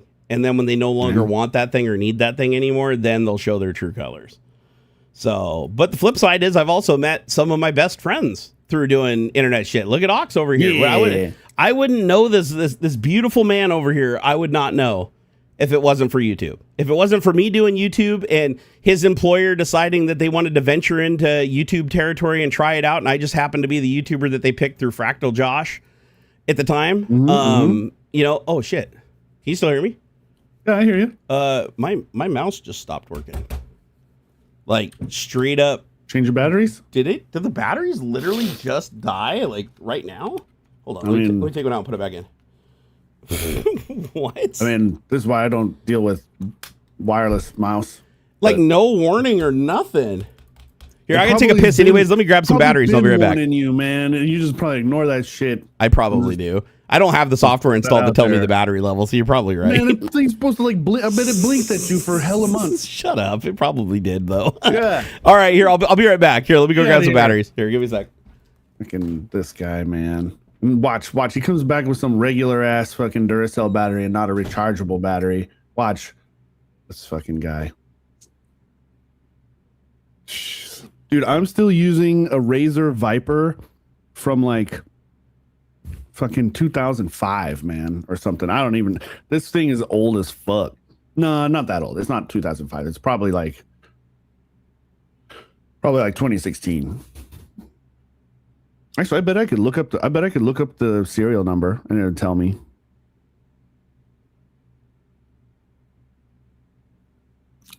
What's up, my blood pressure? How's the pupper? It's slipping. We had a long play at the park earlier this morning. So he's just a slipping. Comes back with this old Microsoft mouse with the rubber ball. three buttons, no scroll wheel. Hey, batteries, got a wireless keyboard mouse, thinking it was great, but I was going through batteries every 3 days. Bro, that ain't right. That's weird. I don't know. I'm sure they've got something like this where like your wireless mouse is charged like induction style from your mouse pad. They do have those, but you have to have a special mat. I feel certain I've seen that kind of thing. Have you ever seen a UFO or something unexplained? Both. Yeah, I know for sure I saw a UFO, or at least maybe not directly the UFO. You're right, they're dead. I saw like UFO adjacent phenomena in Alaska when I was a kid. That shit is burned into my fucking brain. And I've seen all kinds of weird stuff, like, you know, deja vu stuff. I'm almost certain seen some sort of ghost or some sort of, you know, that sort of a paranormal-y type of deal for sure. And I'm pretty sure I've like, I don't know, it's not deja vu necessarily, but like where I guess it's a sort of a deja vu where like I know for a fact I have either done this series of events before, or like I dreamed it or something, where like, you know, it's not just like the black cat crossing your path 2 times kind of a deal. I'm talking like, holy shit, I have done this entire day before, or like catching it like halfway through, like, whoa, we've done this. I've had this conversation. I have like experienced this exact set of events before. So for sure. Yeah. I've definitely seen UFOs, like 100%. Now, by UFO, I don't necessarily mean alien, just shit that I can't explain. Yeah, right? Unidentified flying object. Exactly, just super crazy shit. But as far as like ghosts and stuff, no, I've had dreams and stuff. I've had things where it's like you see things out of your corner. I mean, nothing that I couldn't explain with you know, known phenomenon. But yeah, kind of like a Groundhog's Day kind of a deal. Yeah, where I'm like. But you're saying that you have like the deja vu thing, right? Where it's like you think. Yeah, well, deja vu is like I think. I know deja vu is like, oh, I've seen this before, or I've like felt this, but I feel like there's a brief common illusion of having experienced a current novel situation before.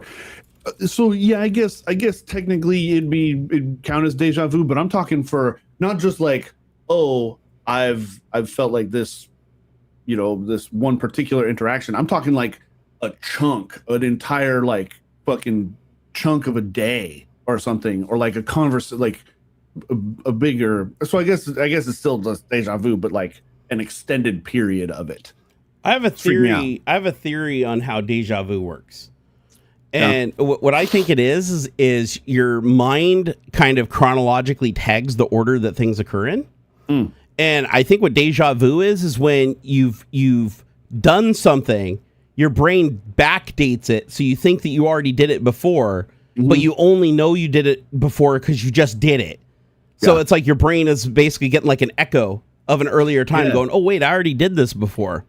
But it's literally just your brain fucking up the chronology. Like it's like, because you notice you never have deja vu. It's not like you tell somebody, I did this thing, and then you do it. You're like, oh shit, it happened, because then you'd be telling somebody before it happened because it happened in the past. But it's always only after you've done it that you remember that you've done it before, meaning that it's already a memory in your head. It's just now you have 2 copies of it. Like you remember it happened earlier, because I've had the same phenomenon happen to me, and I believe that's how I think it works. I would think too, but because of my particular flavor of neurodivergence, that because I'm like, it's like a combination of like pattern recognition and also like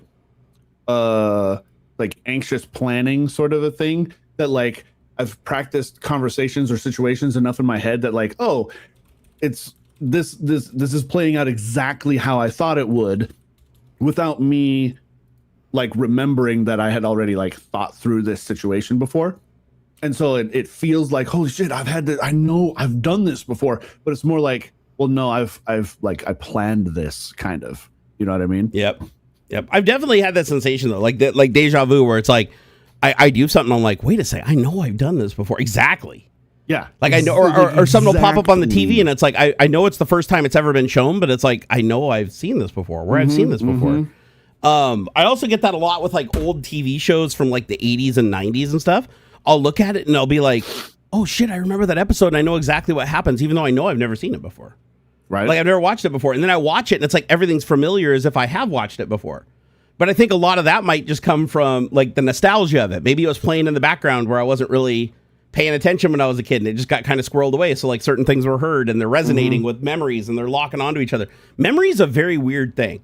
Because memory is not 100% accurate. Memory from the time the time you record it, it's like it's impulses from a bunch of sensors that all disagree with each other on some level. It's fake. It's illusion too. Yeah, it's all the perception of things is all out of whack. Everything you see, everything you feel, experience, smell is all just data going into a mass in your brain. You're a few fractions of a second behind.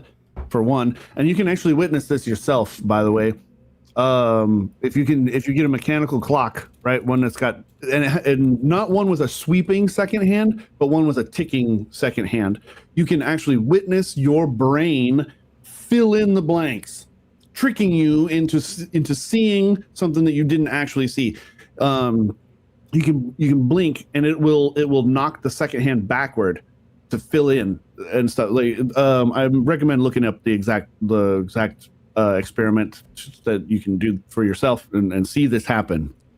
But I love doing the little brain and sound teasers on YouTube. Right, yeah, go for it.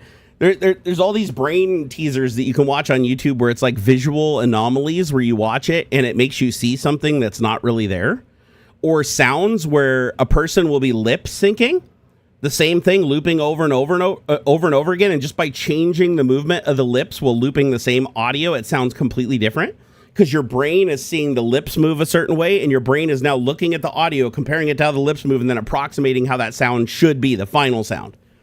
And that's why sometimes when you're listening to audio, you want to close your eyes because your eyes will color the audio that you're hearing. Everything that you see, while you're hearing something affects what you're hearing, like how your brain interprets what you're hearing. Same thing with touch. If you touch something when you're looking at it versus closing your eyes and touching it, it can feel the sensation can be much more intense if you're touching something without knowing what it is looking at it first. But when you look at it, you're already approximating, your brain is already anticipating what it should feel like. And so when it doesn't match that approximation, there's a discrepancy there and your brain has to mitigate it. Like a great example of this is like when you look at a brick of lead or a tungsten cube. And your brain tells you, oh, this is a metal cube. It should be relatively heavy, but not too heavy. And then you grab it and you pick it up and you're like, oh, it jolts you because your eyes said, oh shit, this should be heavy, but not that heavy. And now there's a discrepancy because your brain's going, wow, how can something so small be so heavy? This doesn't make any sense, especially if you've never picked one up before. However, if you don't look and you close your eyes and somebody just hands you a tungsten cube and sets it in your hand, it's not as much of a shock. Because you don't know what you're holding. When they put it in your hand, all you know is that it's cold and heavy. You haven't looked at it yet. So your brain isn't preparing or already anticipating what should be expected and then modifying that input. So your sense of touch, your sense of smell, your ears, your eyes, they all work together to try to mitigate each other's faults and misinformation to try to come out with the best answer it can. And you can mess with that mechanism all day long. That's why, like, if you've ever seen, like, magicians that do, like, fast hand magic or whatever, and illusions, they're playing on your senses big time. like your persistence of vision and stuff like that. Like, they can make it look like they're legitimately making something disappear, but it's just because they know the human persistence of vision, and they know exactly how fast they have to commit an operation or what kind of distraction they have to do to pull you away from something unknowingly while still looking at the other thing peripherally. So you think you're looking at it, but you're not actually looking at it. So your brain gets a lot less information to focus on. I've seen magic that I still can't explain to this day. Like I can explain it in that I know that it's not actually magic, but I can't tell you how they did it. I went to Las Vegas on the old strip, completely sober, wasn't drinking, nothing. I was the soberest I've ever been in Vegas. And this dude just pulls his backpack off, pulls out a folding table out of it, sets it up, sets down thing, grabs the crowd around, hey, free magic show. And he's like, all I ask is that you kindly leave a donation of any denomination. If anything I do today, you can't explain. He's like, if you can explain it, you come up to me and tell me how you think I did it or whatever, and you don't have to give me a damn thing. And I was like, all right, I'm in. I like street performers. I tip him for doing all kinds of shit. So I walk up, he starts doing a show, and it starts off with like simple like card tricks and like fast hand stuff. And I'm like, okay, I know how that works. I watched that on YouTube. And then at the end of the show, as he's going through, it gets progressively like crazier and crazier and crazier. And he's not putting us in a certain place. We can be anywhere. The whole crowd is all the way around him. We can see behind him. We can see to the side of him. He's like right in the middle of the strip. So it's like you can see him from every angle. Tall people, short people, everybody can see him. And he's got this table, and this table's only this thick in front of him. And the fucking dude takes his hat off, his top hat, sets it on the table, and he shows, like, you can see the inside of the hat. He's like letting people fucking handle it and stuff. He's like, watch this. He flips it around, slams it down on the table, lifts it up, and there's a fucking watermelon that's the size of the entire internal volume of the hat just appears on the table. I love that. I love. And you're like, it broke my brain. I saw this. I was like, okay, there's no way he can palm a melon that size. There's no way he can break it out. Yeah. There's no place where he can hide it because we can see he's wearing tight fitting clothes. His backpack is literally on the ground. He doesn't have access to it. The table's only this thin. There's no mirrors. Like you put your hand on it. You can look at it from any angle. How the fuck did he make this like water? And it was a real watermelon. Like he without touching it, he took it off and he was passing it around. I even got to handle it. It was a real fucking watermelon. That's rad. I'm like, how did this dude even have this in his backpack? It looked like it was like too big to fit in his backpack. What was he walking around with his hat and fucking like slid it down his back or something like that and slammed it on the table? And so how did you get the watermelon from an empty hat, flipping it around and slamming it on a table? How did he get a watermelon, the entire volume of the inside of the hat to just magically appear on the table? Magic. So to this day, I still don't know how this guy did that magic trick. And I'm like, how the fuck does this guy not have a show? Because usually they're like, stand here, don't look from this angle. Like they prepare the audience, like they set it up against a wall or something so you can't see behind him. This dude's like, you can stand anywhere behind me. You can spectate. The only thing he asked was while he was performing that people respectfully stand back a couple of feet, just so everybody could see. But you could go around him. You could look up over it. He didn't prohibit anything, any inspection. If you wanted to handle anything anytime, he'd hand it to you. And I'm like, when I saw that end trick, like all the shit leading up, that was really good. He was exceptionally good at illusion. But that final thing he did just broke my brain. And the whole crowd gasped, and people were just throwing like 20s at him and shit. Like this dude cleaned up, man. Like I was shocked. I think I even gave him $20. I was like, holy shit, how the fuck did you do that? And everybody was just like, oh.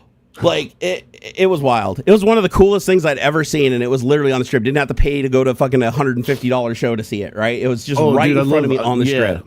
Love that. I've done some. I've had some pretty cool close up magic stuff like that. And, dude. It just you can't explain it. You just fucking can't explain it. Like it's even shit like you haven't even seen on YouTube. Like usually you can go to YouTube and find like those guys that like tell you how magicians work. You know, that like break the illusion or whatever.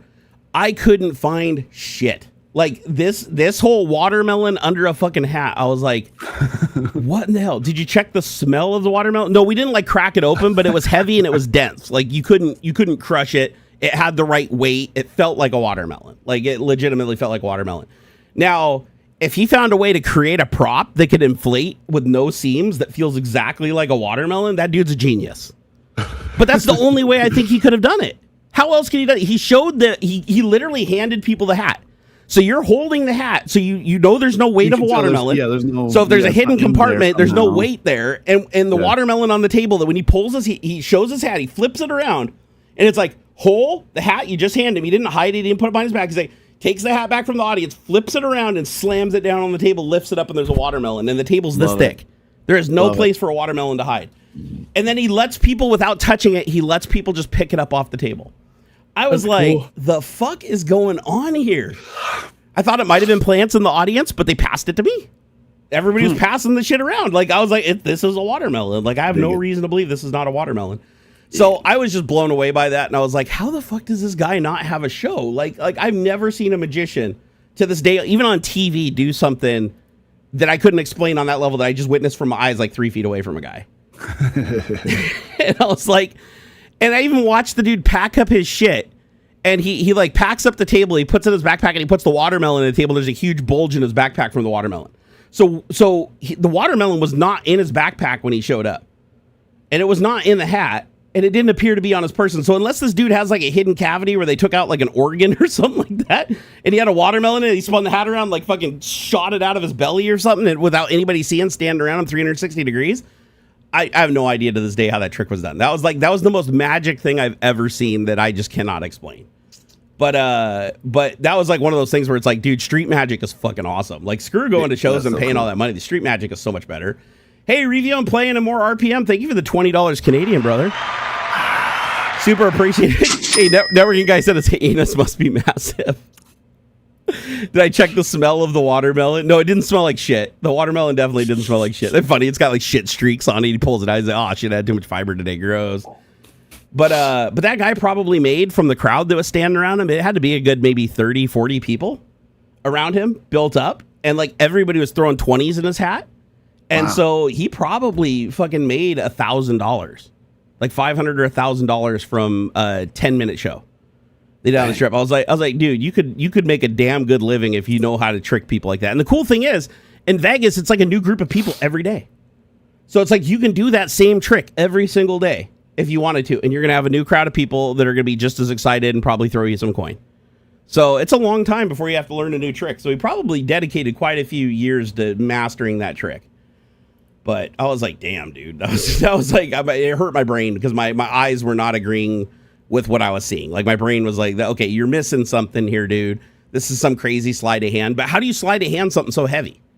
Watermelons are not lightweight. It's like, how the fuck did he palm that? Like, you can't palm a watermelon that fits in a top hat and fills up the entire volume.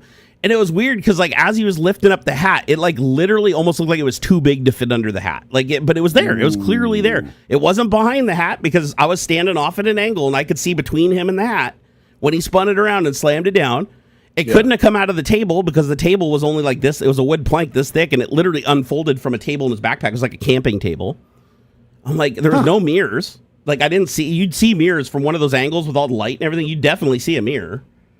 So I'm like, gosh, dang, man, that was just fucking, that blew my mind. So as far as like we were talking earlier about UFOs and magic and stuff, that's probably the most magic thing that I've seen that I can't explain. Yeah. And then the UFO thing was when I was camping with my dad when I was a young teenager. I think I was about 13 or 14. And it's like the night the fire's burning down. We're both laying out on hammocks. My dad's sleeping. Or not hammocks. They're like those chaise lounge things that you fold out. And I'm just like, he's on one side of the fire. I'm on the other side standing. I'm just looking up. It's pitch black. No light pollution or nothing. And I see this giant flash of light that lights up the entire woods. I can see every tree on the mountains as far as the eye can see, like it's daylight. It lights up, and then I look up in the sky, and I see this fucking blue ring of light just pulsing outward, emanating, and you can see the light wave along the ground, like following it up over the mountain range. And I froze. I was completely frozen in fear. I couldn't move. I couldn't make a noise for probably a good 3 to 5 seconds. Oof. And then when it was all over, I was like, ah! And my dad woke up. He's like, what? And I was like, oh my God, did you see that? And he's like, no, what? And I was like, oh my God, it's like there's like a massive explosion in the sky. And there was no sound. It was like pitch. It was like so quiet. You couldn't hear anything. All you heard was the river. And I saw this thing. It just lit up everything. And then the next day when we went into town, we went to a little grocery store, one of those little stops. And I was like, hey, did you hear about anything last night? Or did you see it? No, didn't hear anything. Like the only thing I can think of is that what I saw was like something happening in my eye, like some kind of phenomenon in my eye or some kind of, I don't know, a floater or something caught the starlight or something and created this effect in my eyeball. But if that's the case, how did I see all the trees? It was pitch black. You couldn't even see the trees at the edge of our campsite. And we're like down next to a river with mountain ranges all around us. And I could see every single tree like it was daylight for like a full 2-3 seconds as this like wave emanated outward. It looked like a giant supernova happened like at the moon's distance. And I was like, what the fuck did I just see? Did I just see a ship like go into fucking warp or something? Like that's what I thought at first. Like my very first thought was like, oh my God, did I just see an alien ship like take off at warp speed or go through a wormhole or some shit? But that was one of the weirdest things. And to this day, I still can't explain it. I have no fucking idea what I saw. But nobody in town saw it. It wasn't on the news. Like if you saw it, it was so big. I can't believe that nobody saw it but me. That's why I think it might have been like some kind of weird local phenomenon or maybe it wasn't at a high, like maybe I thought it was at a higher altitude than it was, but it was actually like a lower altitude. But if it was a firework or something, I would have heard an explosion or some kind of report. Like, and I didn't. It was completely silent through the entire thing. Crazy. So aliens, man, aliens. Was it Gazzo? Explained it for Gemini, and it said that was him. Who was Gazzo? The magic guy with the watermelon? Oh, no, he's not Gazzo. Possibly. Oh wait, I don't remember his name actually. You typed in the trick and it said, wait, who is the magician known for street magic in Las Vegas who ends his set Who's showing got a watermelon in his hat? watermelon appearing from his top hat? Because this was a long time. This would have been 12 years ago or so. Okay, I got a bunch of names here. Matt Franco. Oh, it says he's a headliner, though, so it wouldn't be him. Shin Lim. No, it wasn't him. Piff the Magic Dragon. It wasn't him. David Blaine. It wasn't him. This was a guy who only does street magic and doesn't have a show anywhere. Well, he might now. Oh, that's true. I didn't even think about that. Jeff Civilico. No, he's full stage production now. I mean, it could be him. Zach Waldman, also known for fruit productions. The watermelon from the hat production is a classic gag popularized by Michael Finney.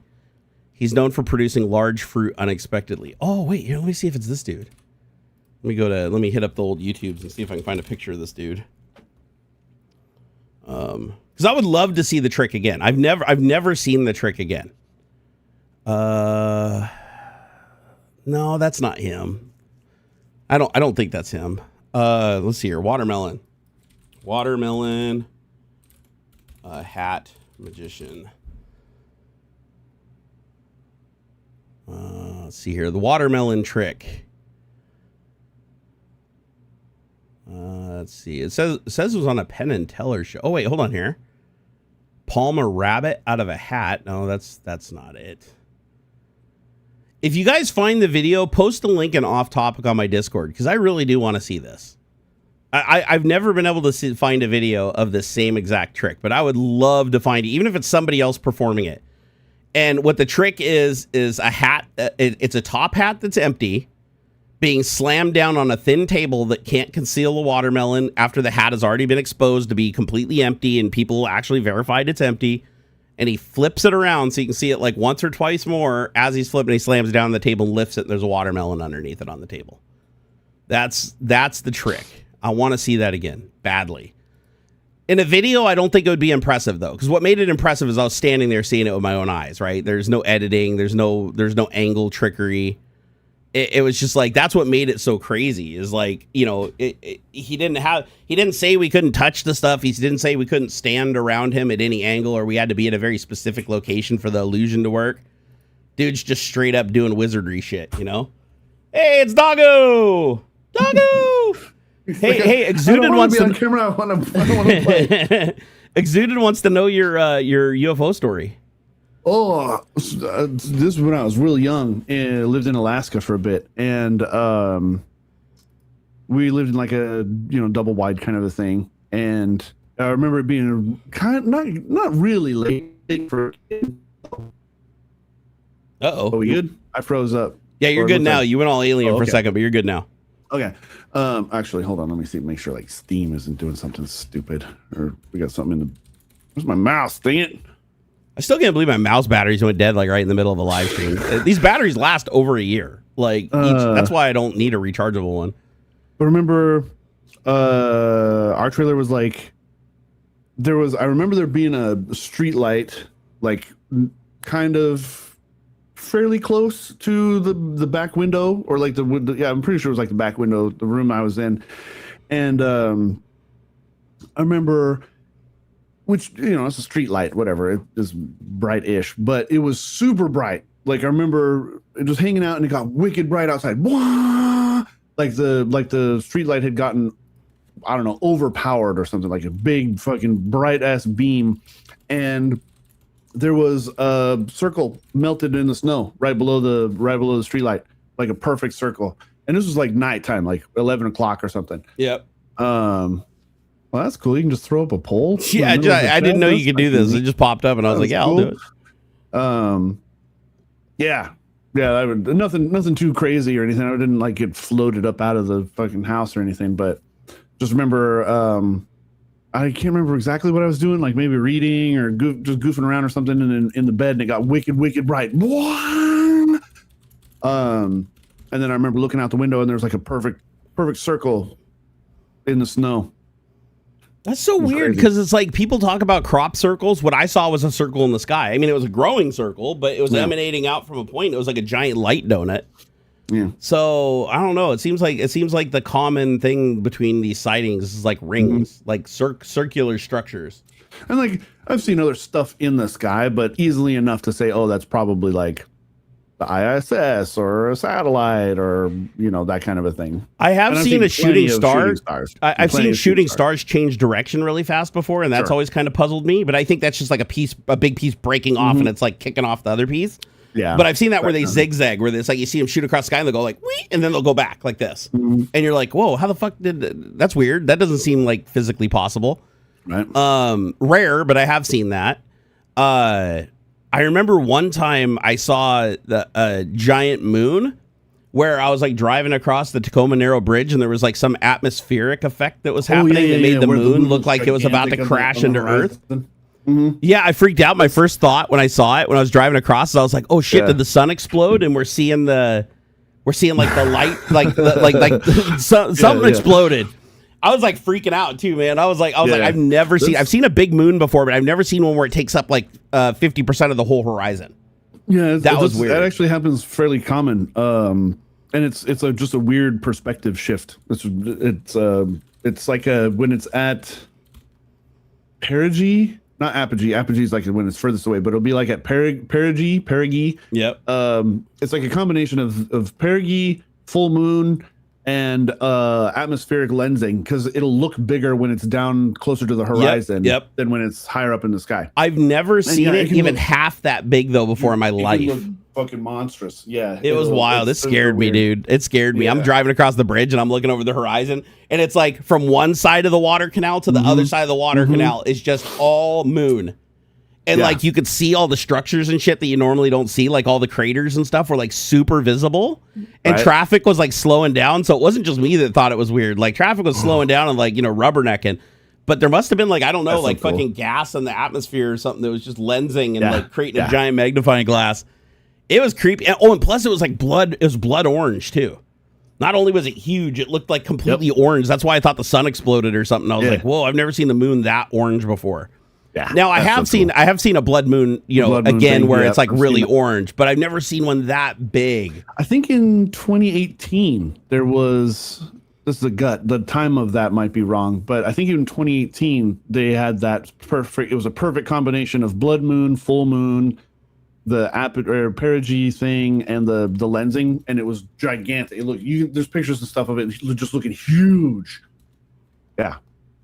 That's crazy. Go away. So Hurtful Spring apparently found a video of a magician performing that exact trick. Sounds made up. Here, let me see this. Don't believe it. No, we gotta believe it, dude. You gotta believe. You gotta believe. That's the trick. It's not really the guy. That is totally the dude. Stop it. That is the dude. That's not the guy. That is the dude. Stop it. The crowd after that is 100% the dude. Holy shit. No, this is totally the dude. This is totally it. Hold on, let me see. I'm gonna see if it's the same fucking trick. Let's see here. Where's the watermelon at? Let's see, where is it? Hurtful Spring is the guy. Watch. Why should we both be disappointed? This is totally the guy. Say well, magic man from England. I have no change. All I got is a 20. Here, I'll send you guys the link here. Don't be embarrassed to ask for change. Do you need change for your nick? It's even him. He even does the bit where he's asking for like the 20s. Yeah, no, this is totally. I can't believe you found this. Holy shit, you guys. Oh my God, this is great. When was this? 12 years ago? Yeah, this would have been when I saw him was probably about 13, 14 years ago. So Peter Gazzo, it's the guy. This is the dude. Where's the watermelon bit though? Like it looks like he's doing, with this one he's doing oranges. Let me see here. Oh no, there's the melon. I see the melon. Yep, there it is. How the fuck does he do that? Okay, so go to 450 at that URL. Go to the 450 mark. and watch here. Let me rewind where he shows the hat. Oh, he like more oranges. Oh, let's see where he shows the hat here. What? Now. Get out of here. Bro, and look how thin the table is. You see how thin the table is? It's like super thin. So he puts the hat down. Yep. Right there at about 423. It's on the table. He's like grabbing it by the brim, so it's light. It doesn't have a heavy object under there. Yeah. And then there's whatever he put under there. Now he put something else. He put something else in there, close to his waist. You can see him fucking around close to his crotchal region. Do you like the show? You pay? Because he like builds up with a lot of little stuff. Like I remember the oranges. Though. I remember him doing the oranges, but the melon, fucking everybody just lost their shit when they saw the melon. Like, because the oranges were like, okay, that's cool. And he did like some other small stuff, but when the fucking melon falls out, you're like, what the shit? And he shows everybody the hat. Like the hat is like empty. It's got a cavity. It's like, it is the hat that he was wearing. Like, where the fuck was the watermelon this whole time? The only thing I can think of is it does look like he has a small bag hanging behind the table. But if you look at it, it's a translucent bag. You can see everything in it that he's dropping in it. Like it's a clear bag. Cool. This dude's fucking, this is just weird. And this is 12 years ago this video was made. This fucking, here, I'm leaving a video. I saw this act about 13, 14 years ago in Old Town Vegas. This guy performed it, and it's pretty damn amazing. I still can't explain the melon. That's right on. Good for him. Yeah, I can't believe somebody found the video. Cool. Pretty freaking cool, man. As soon as I saw him in the hat and I heard the voice, I was like, that's totally him. Although it looks like he's performing somewhere else other than Vegas in this video. So does this guy has like a show now and everything? What's it, gazoshow.com? Is he still around? This is a 12-year-old video. I wonder if his website's still up. Let's see. Gazoshow.com. Yeah, there it is. Oh, nope, never mind. It's camped by a scam site now. Let's see. Yeah, I mean, the last video I had on there is from 9 years ago. Yeah, I wonder if he like died or quit. Yeah, his Facebook profile and everything's gone. Yeah, I don't know. That sucks. I'd love to be able to like talk to this dude and be like, dude, you gotta tell me how you did this trick, dude. Come on. I gotta know, man. Oh, it says he's been on one of the Penn and Teller Fool Us in the UK. Cool. So he's done some stuff, performed all over the world. Let's see here. He was featured in ITV's Fool Us with Penn and Teller. His style routines have been imitated all over the globe, but Gazo is the one and only Gazo. He can provide shows ranging from close-up, walkabout magic to full stage shows, whether it's on cruise ships, weddings, corporate, private entities, trade shows, indoor events. Yeah, and I think this is like before the guy did any of that, because this would have been like probably 14, 15 years ago. It's when I went to Vegas for my first CES. And then we didn't go to CES. We just got drunk and walked around and did shit. It's funny. Microsoft actually paid for us to go to CES, and we never even picked up our badges. We just went to Vegas, got drunk for 3 days, and came back. Oh, dang. Nobody ever asked a single question. There was no debrief. Nobody wanted to know, hey, what'd you see at CES? It's just Microsoft would just send people to CES if they wanted to go. We were like, yeah, we'll go. We did want to go to CES. We just ended up getting too drunk and wandered around and gambled. And then my buddy won like $3,000, and so then we went to the gun store or whatever and shot machine guns down in the basement. That guy is from Hogwarts, I believe it. Hey, Blue Varro, thank you for the $5, dude. Seriously, dude. QA Library, thank you for the £2. He said walking next to the beach with you too at 2150 and 7C. Okay. All right. Is that code? See you there. Hey, look at our poll came in. 75% believe in aliens, and that they've been here while humans have existed. Nice. I don't know. There has to be aliens. There has to be. There is no situation where I can believe that we are the only ones in the universe. Like I believe that as much as I believe like one religion over the other 10,000 that have existed and gone before it. You know what I mean? It's like there's got to be aliens out there, man. The universe is way too big. Like it has to. This phenomenon had to have happened more than once. Hitting on the last two topics here real quick. Let me pull this up. So Apple and Google apparently signed a deal together to enable Siri to do LLM AI shit. Finally, after everybody else has already beat them to the punch, including Google with Gemini. But ironically, Google Gemini is now going to power Siri.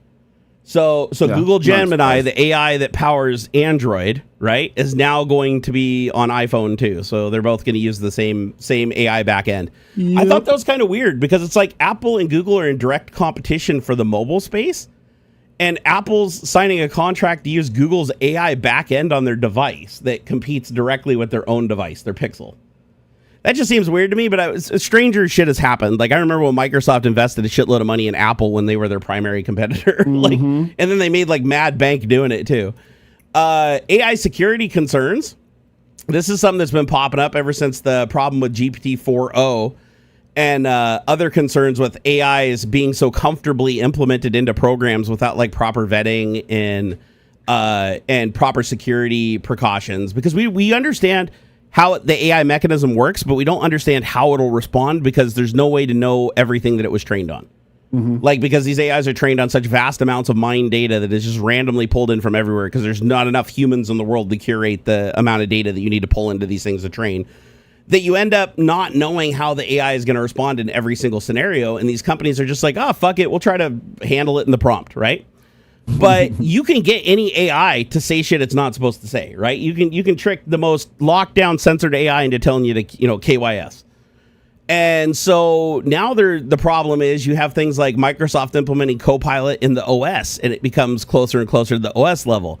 You have Google with Gemini and Android. You have AIs going into your Alexa devices and AI going into your iPhone. And by AI, I'm talking specifically LLMs, these large language models.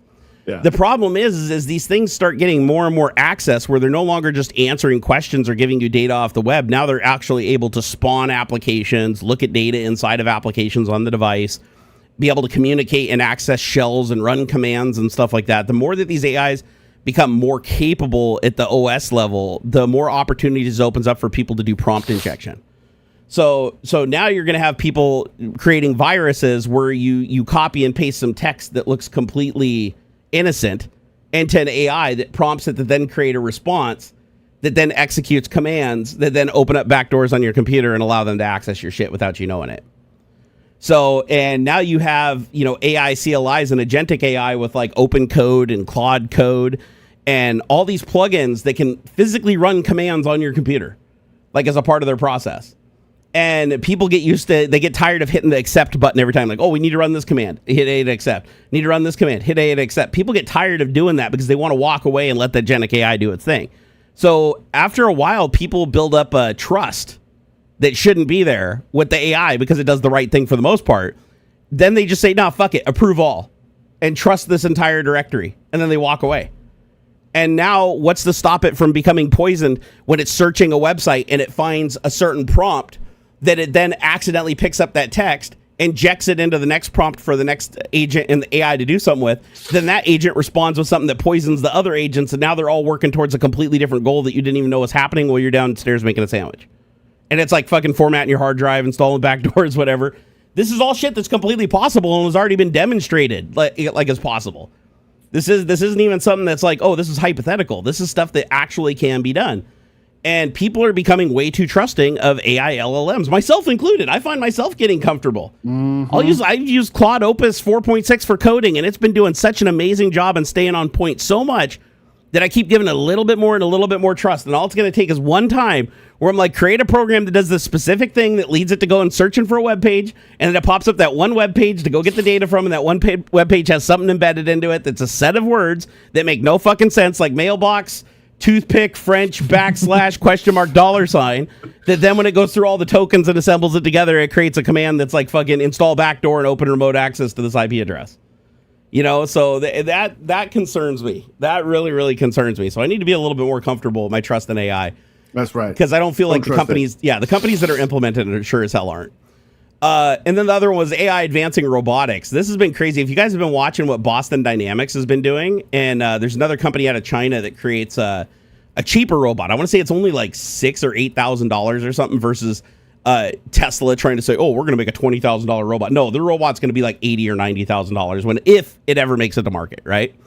But they already have robots right now. Like Boston Dynamics has a 200-pound robot that can change its own battery, so you don't ever have to put a battery in it. You don't ever have to service it. Like it does everything itself. It has its little charging station. It goes over, swaps its battery, puts its old battery back in, and doesn't even interrupt its service. And this robot can do just about anything a human can do. It can do cartwheels. It can do backflips. It can do fucking cool ninja kicks and stuff. It can do, like, you can train it to do a job just by having have a real guy do the job while wearing a motion capture suit and a camera. And all he does is he does the job. They hand it to the robot. The robot runs it through a neural network for a couple of hours. And now the robot starts successfully doing the same job. And now that guy gets fired. The robot walks into his place and replaces the other 30 people doing the same job. And now they only have to buy the robots once. And all the robots now can do that job.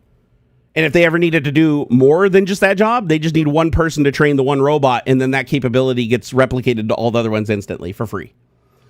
So I am getting worried. I mean, I know that these industrial revolutions that happen throughout time have always displaced workers and moved them around to different disciplines because obviously, you know, when somebody invented the CNC machine, right?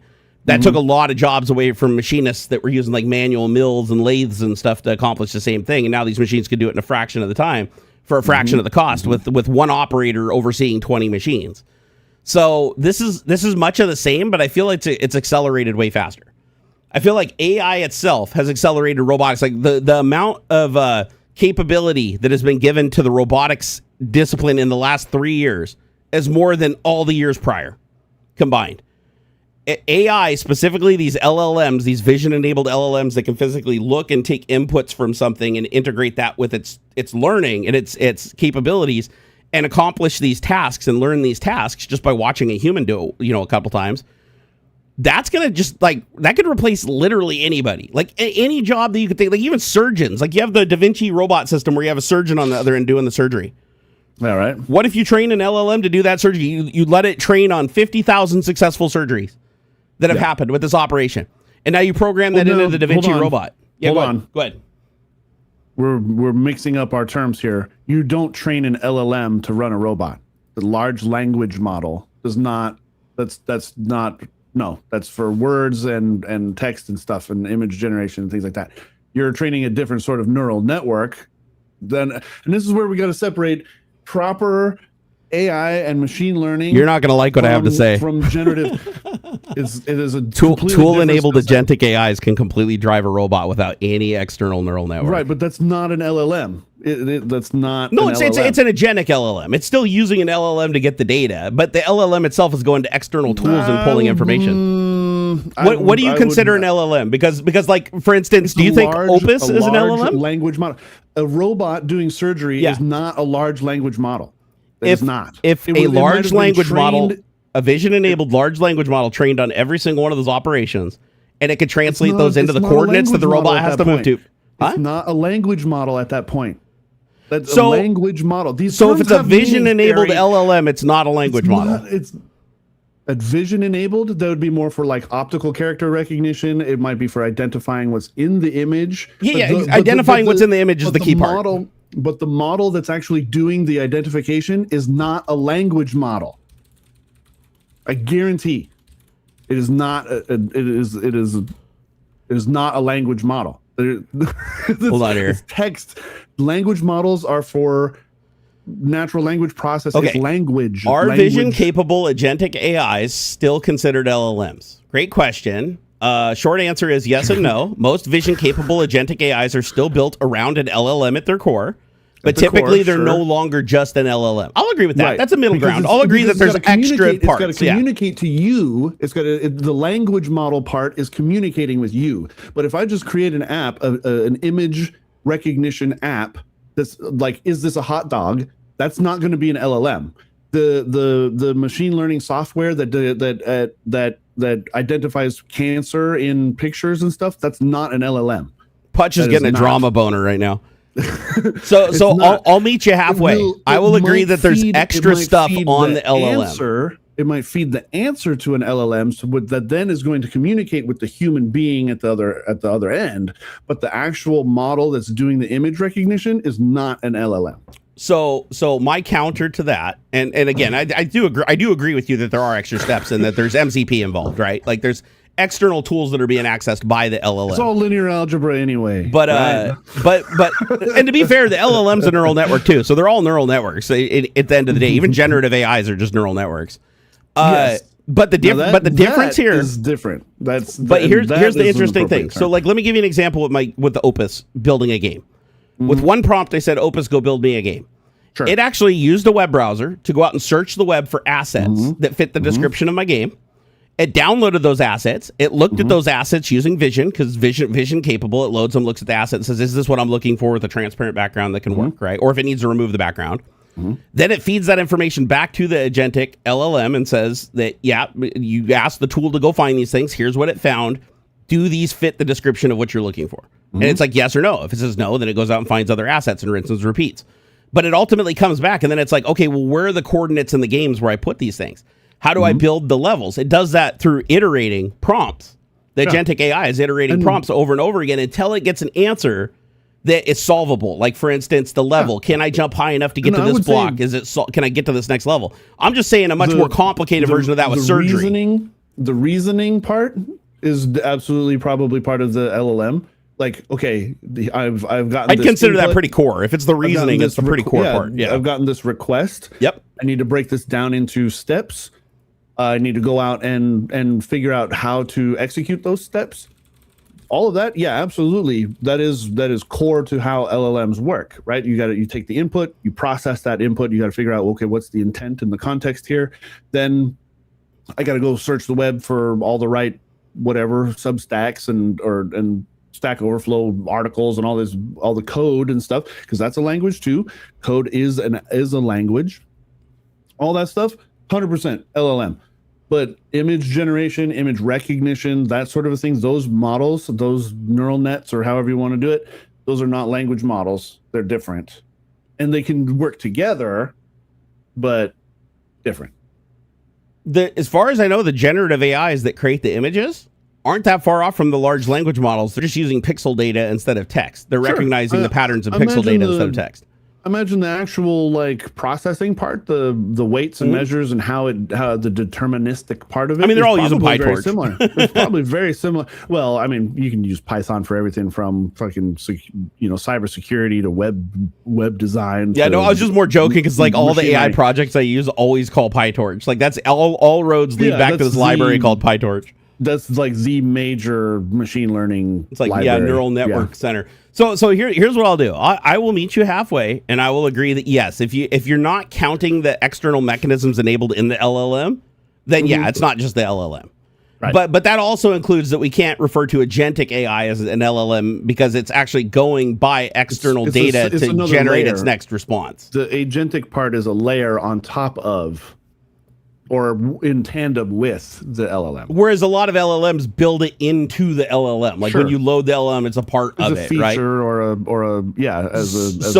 So if you are defining an LLM as purely just the large language model itself that only picks the tokens based on the weights and training, right? I agree with you. That would be useless for performing a surgery or doing anything useful, really. Because again, like the example with the cancer screening, right? There doesn't have to be a language part aspect to that. You can just say, here's 12 images that we took of, here's a bunch of mammogram images. Give me back and it just comes back, says 86% chance that this is cancer. Yep. There doesn't have to be any sort of language processing there. Because and we've done that sort of stuff. That's the sort of thing that we've done. Like that kind of machine learning application has been done for decades. Oh, for sure, really. For sure. Everything from fucking meteorology to traffic flow to stock market predictions, like all kinds of stuff like that. That's sort of, but the language model part is how it's going to communicate with the end user, in my opinion. So the reasoning part, the context sensitive, the intent part, and things like that. That's the language model. If you look at the growth trajectory, like where this all started and where it is today, like where the new components have come in, right? Mm-hmm. So when you load up an LLM, let's say it's tool enabled and vision capable. These are two flags that an LLM can support.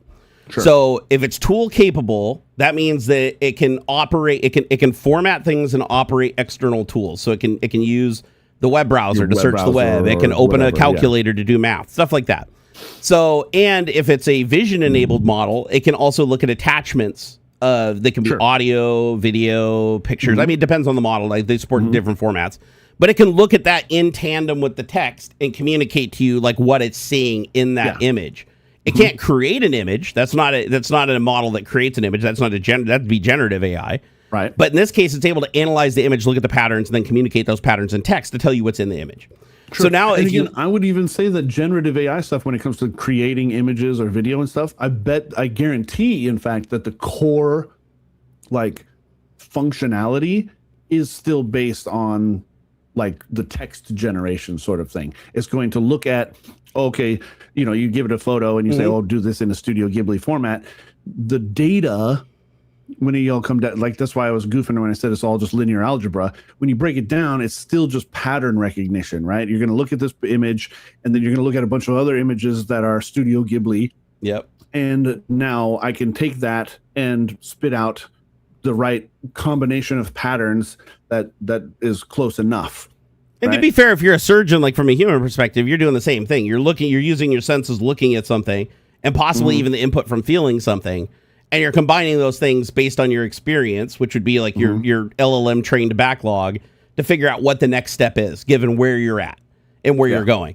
So with a tool-enabled LLM, what you'd basically be doing is take a picture, use your tool-enabledness to take a picture through the cameras of the thing you're doing surgery on, compare that image to what that stage of the surgery should already looked at based on thousands of that operation being performed by other people. Sure. Then go through and iterate on that virtually, basically use the tool to open up a simulation, and then run the simulation as many times as you have to have a high predictability of performing that operation correctly based on the picture of the patient in front of you.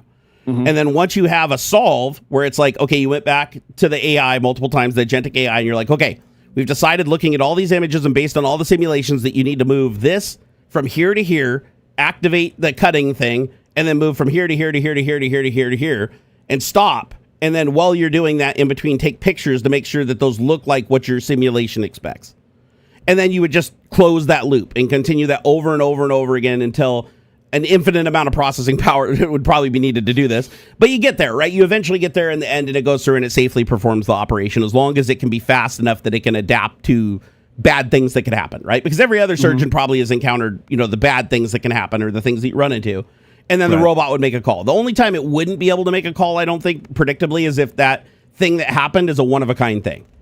Like you cut a thing and some fucking organ that never existed before shows up and you're like, it's alien, and the thing's like, I don't know, this doesn't match any of my pictures, I give up. That would be a problem. Then you'd need somebody on standby. But no, after talking with you, understanding what you consider an LLM, which is just a base language model itself. Yeah. And then if you consider the agentic part a layer on top of that, and you consider the external tools themselves separate entities, even though they're being called by the response of the LLM and being formatted, processed, and parsed by the LLM itself, there's still external tools that it relies on and couldn't do its job without them. So I guess the way I'd look at it is the LLM would be the brain, the camera would be the eyes, right, and the simulations and stuff like that would be the simulated experience. You as the surgeon going back and drawing on your experience from past surgeries to figure out how to do it the best, right? Yeah, I would also say though, to go so far as to say that like the topic before where like the robots are teaching themselves, that's not LLM enabled at all. That's just going to be your classic probably adversarial type neural net sort of thing where like it's going to keep you're talking about the iterative thing where it's trying different combinations to figure out like what that's machine learning. It's going to keep goofing up and fucking things up and failing until it gets it right, and then it's going to learn how to do that right thing more and more efficiently. That's not LLM stuff either.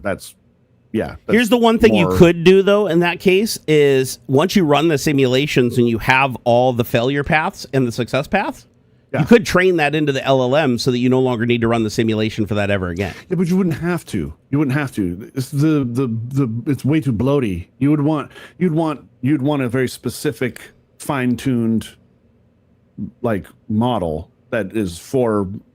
So what you'd prefer is for the LLM to call out the big actions, but have the tools and the neural networks carry them out.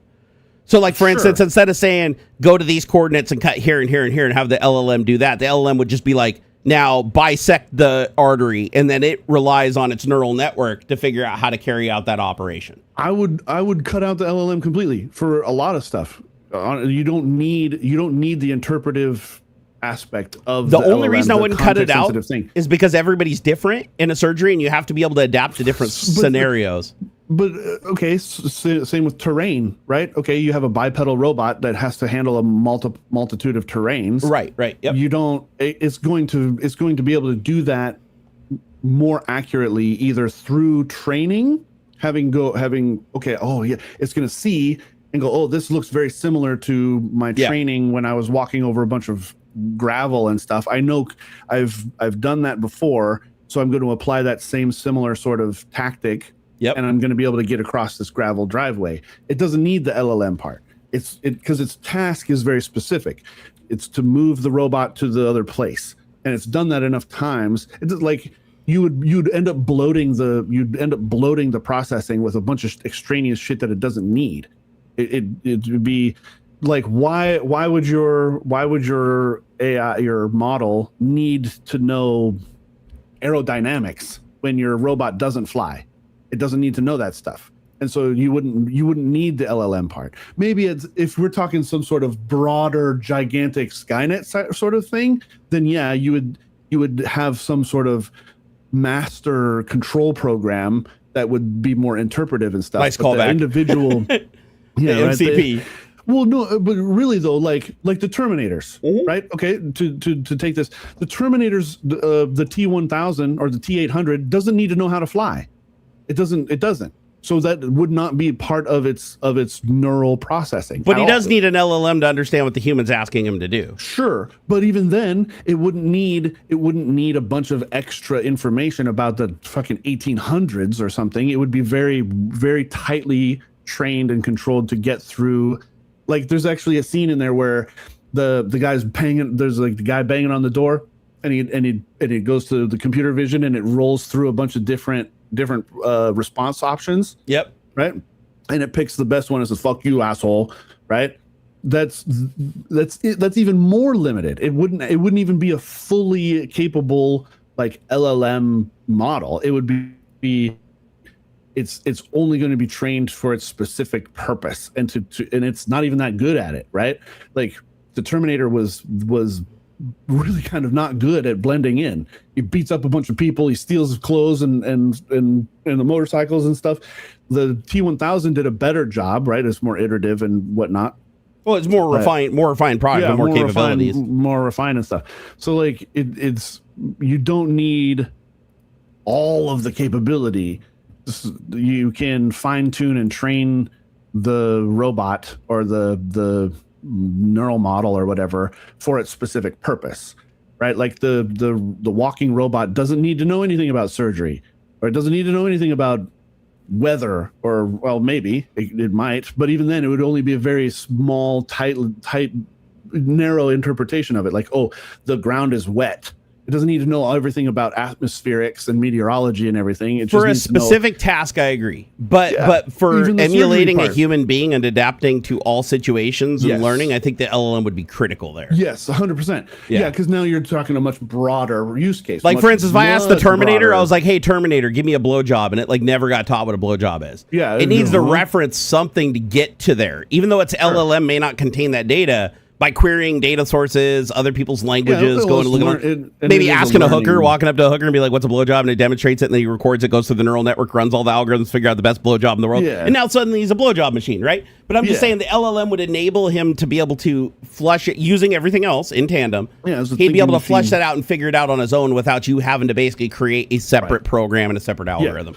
For sure. And that's where I think LLMs are like really powerful in robotics is now it used to be you just do a task. With robotics, you do a task and you say, play this task back, and then just make micro adjustments until it works. Right? Run through. If that's your goal, is for a very generalized, super general purpose sort of thing. But it's wicked inefficient, in my opinion. No, it's horribly inefficient. But what you can do with it, the capability, is like the difference between me showing a robot how to do a task and then me just explaining to the robot how to do the task without ever showing it anything that the task involves, and then having it work with the entire knowledge of humanity to figure out what that means. And again, it's still going to have to run simulations. It's going to have to make mistakes. It's probably going to stab a couple people and blow a guy's head off or whatever, and give a random person in the hallway a blowjob, and they're not going to understand why. But at the end, it would get there, and that's where LLMs are super powerful. But it's also where they're very dangerous. They're fucking massively dangerous, dude. I'm scared shitless. That's what I mean okay, so you give it a task, and the whole weights and measures of it is it wants to do the whatever the reward system is to get there. It might decide that it doesn't the best care. way to solve this, the best way to cure this person is to kill them. Is for them to be dead, because if they're dead, then they can't have the disease, right? Well, right. Then, okay, right. And so that's why, depending on the context and the purpose, your goal for your robot or whatever, is going to determine how much information you give it. Yeah. And language is so unreliable, because it's like, why don't you just program it with Isaac Asimov's, rules of robotics? It's like, how easy it is to convince yourself that you're not. Yeah.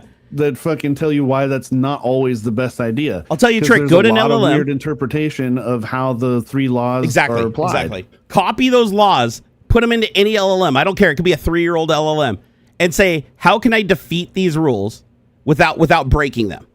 Yeah. And it will actually figure out the language to look at the rules and be like, oh, I'm not hurting you. Convincing itself, I'm not hurting you by locking you in a room as long as I give you food and keep you alive. Yeah.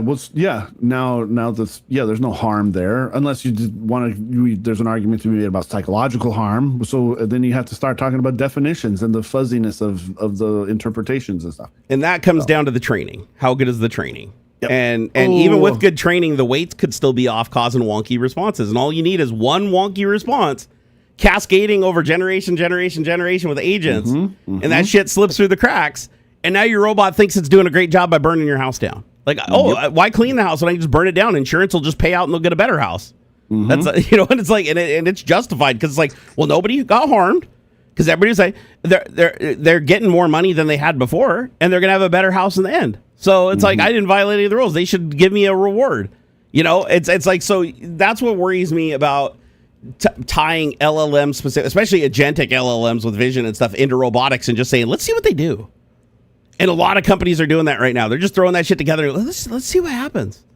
Let's plug it in and see what happens. Don't worry, we got an off switch. We can give it a command to shut it off. But my problem is, now they're giving like OS's access and tool enabled thing to run external code. What happens if it runs code to kill the off switch? What if it runs code to say, or it doesn't let you get close to its off switch? It starts fucking swinging at you and shit, and it doesn't want you to turn it off. I'm not saying this is anything that's going to happen like today or tomorrow, but I'm just saying, if you follow this trajectory, technology keeps getting better, LLMs get bigger. Now you're running 5,000 agents from 100 different LLMs that are vision capable and can do these operations thousands a second instead of like a couple tokens a minute, right? Once you get to that level where it's like you have that kind of processing power, these robots are going to, like, they're not going to just outthink humans. They're going to be so far ahead of the curve, even hitting mistakes and stumbling and going through all the simulations, everything. They're going to eventually get to something where it's like, you're not going to be able to react unless you use another robot or another AI to fight it. You basically need an adversarial network, because a human would not be fast enough to compete. That's what worries me in the end. That's the scary thing. And I feel like in a capitalist environment where we are, nobody really cares about the safety net. They just want to get there first, because they're afraid the other person could get there first. And then everybody else doesn't give a shit about security, because security slows things down. And the person that tries to do it right and tries to do the security right, they're going to get left behind by the guy that just didn't care about security and kept on soldiering on. It's kind of a scary situation, in my opinion. But I will tell you this. LLMs are fucking rad. I use them every single day. I think they're super duper useful, especially Opus. If you haven't used Opus 4.6 and you're doing vibe coding, holy shit, that is the one to use. 100%. Especially if you can use its agentic CLI, which is called Claude Code. Fucking chef's kiss, man. It's fucking amazing. Hurtful Spring said, here's the prompt I gave to Gemini. Do you know of a magic trick where a man on the street in Las Vegas makes a watermelon appear from a hat on a thin board with people all around it? Oh, is that how you got the link to that YouTube video? Was by asking that to Gemini? Nice.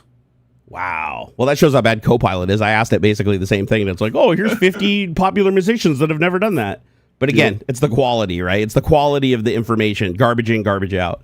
All right, guys. Well, it's 2:29. We've gone over a little bit today, and it is Valentine's Day, so I think we're going to call it here so that we can go do our things. And I got to go make my lady happy. So I got her a couple little gifts off Amazon. I got to present her.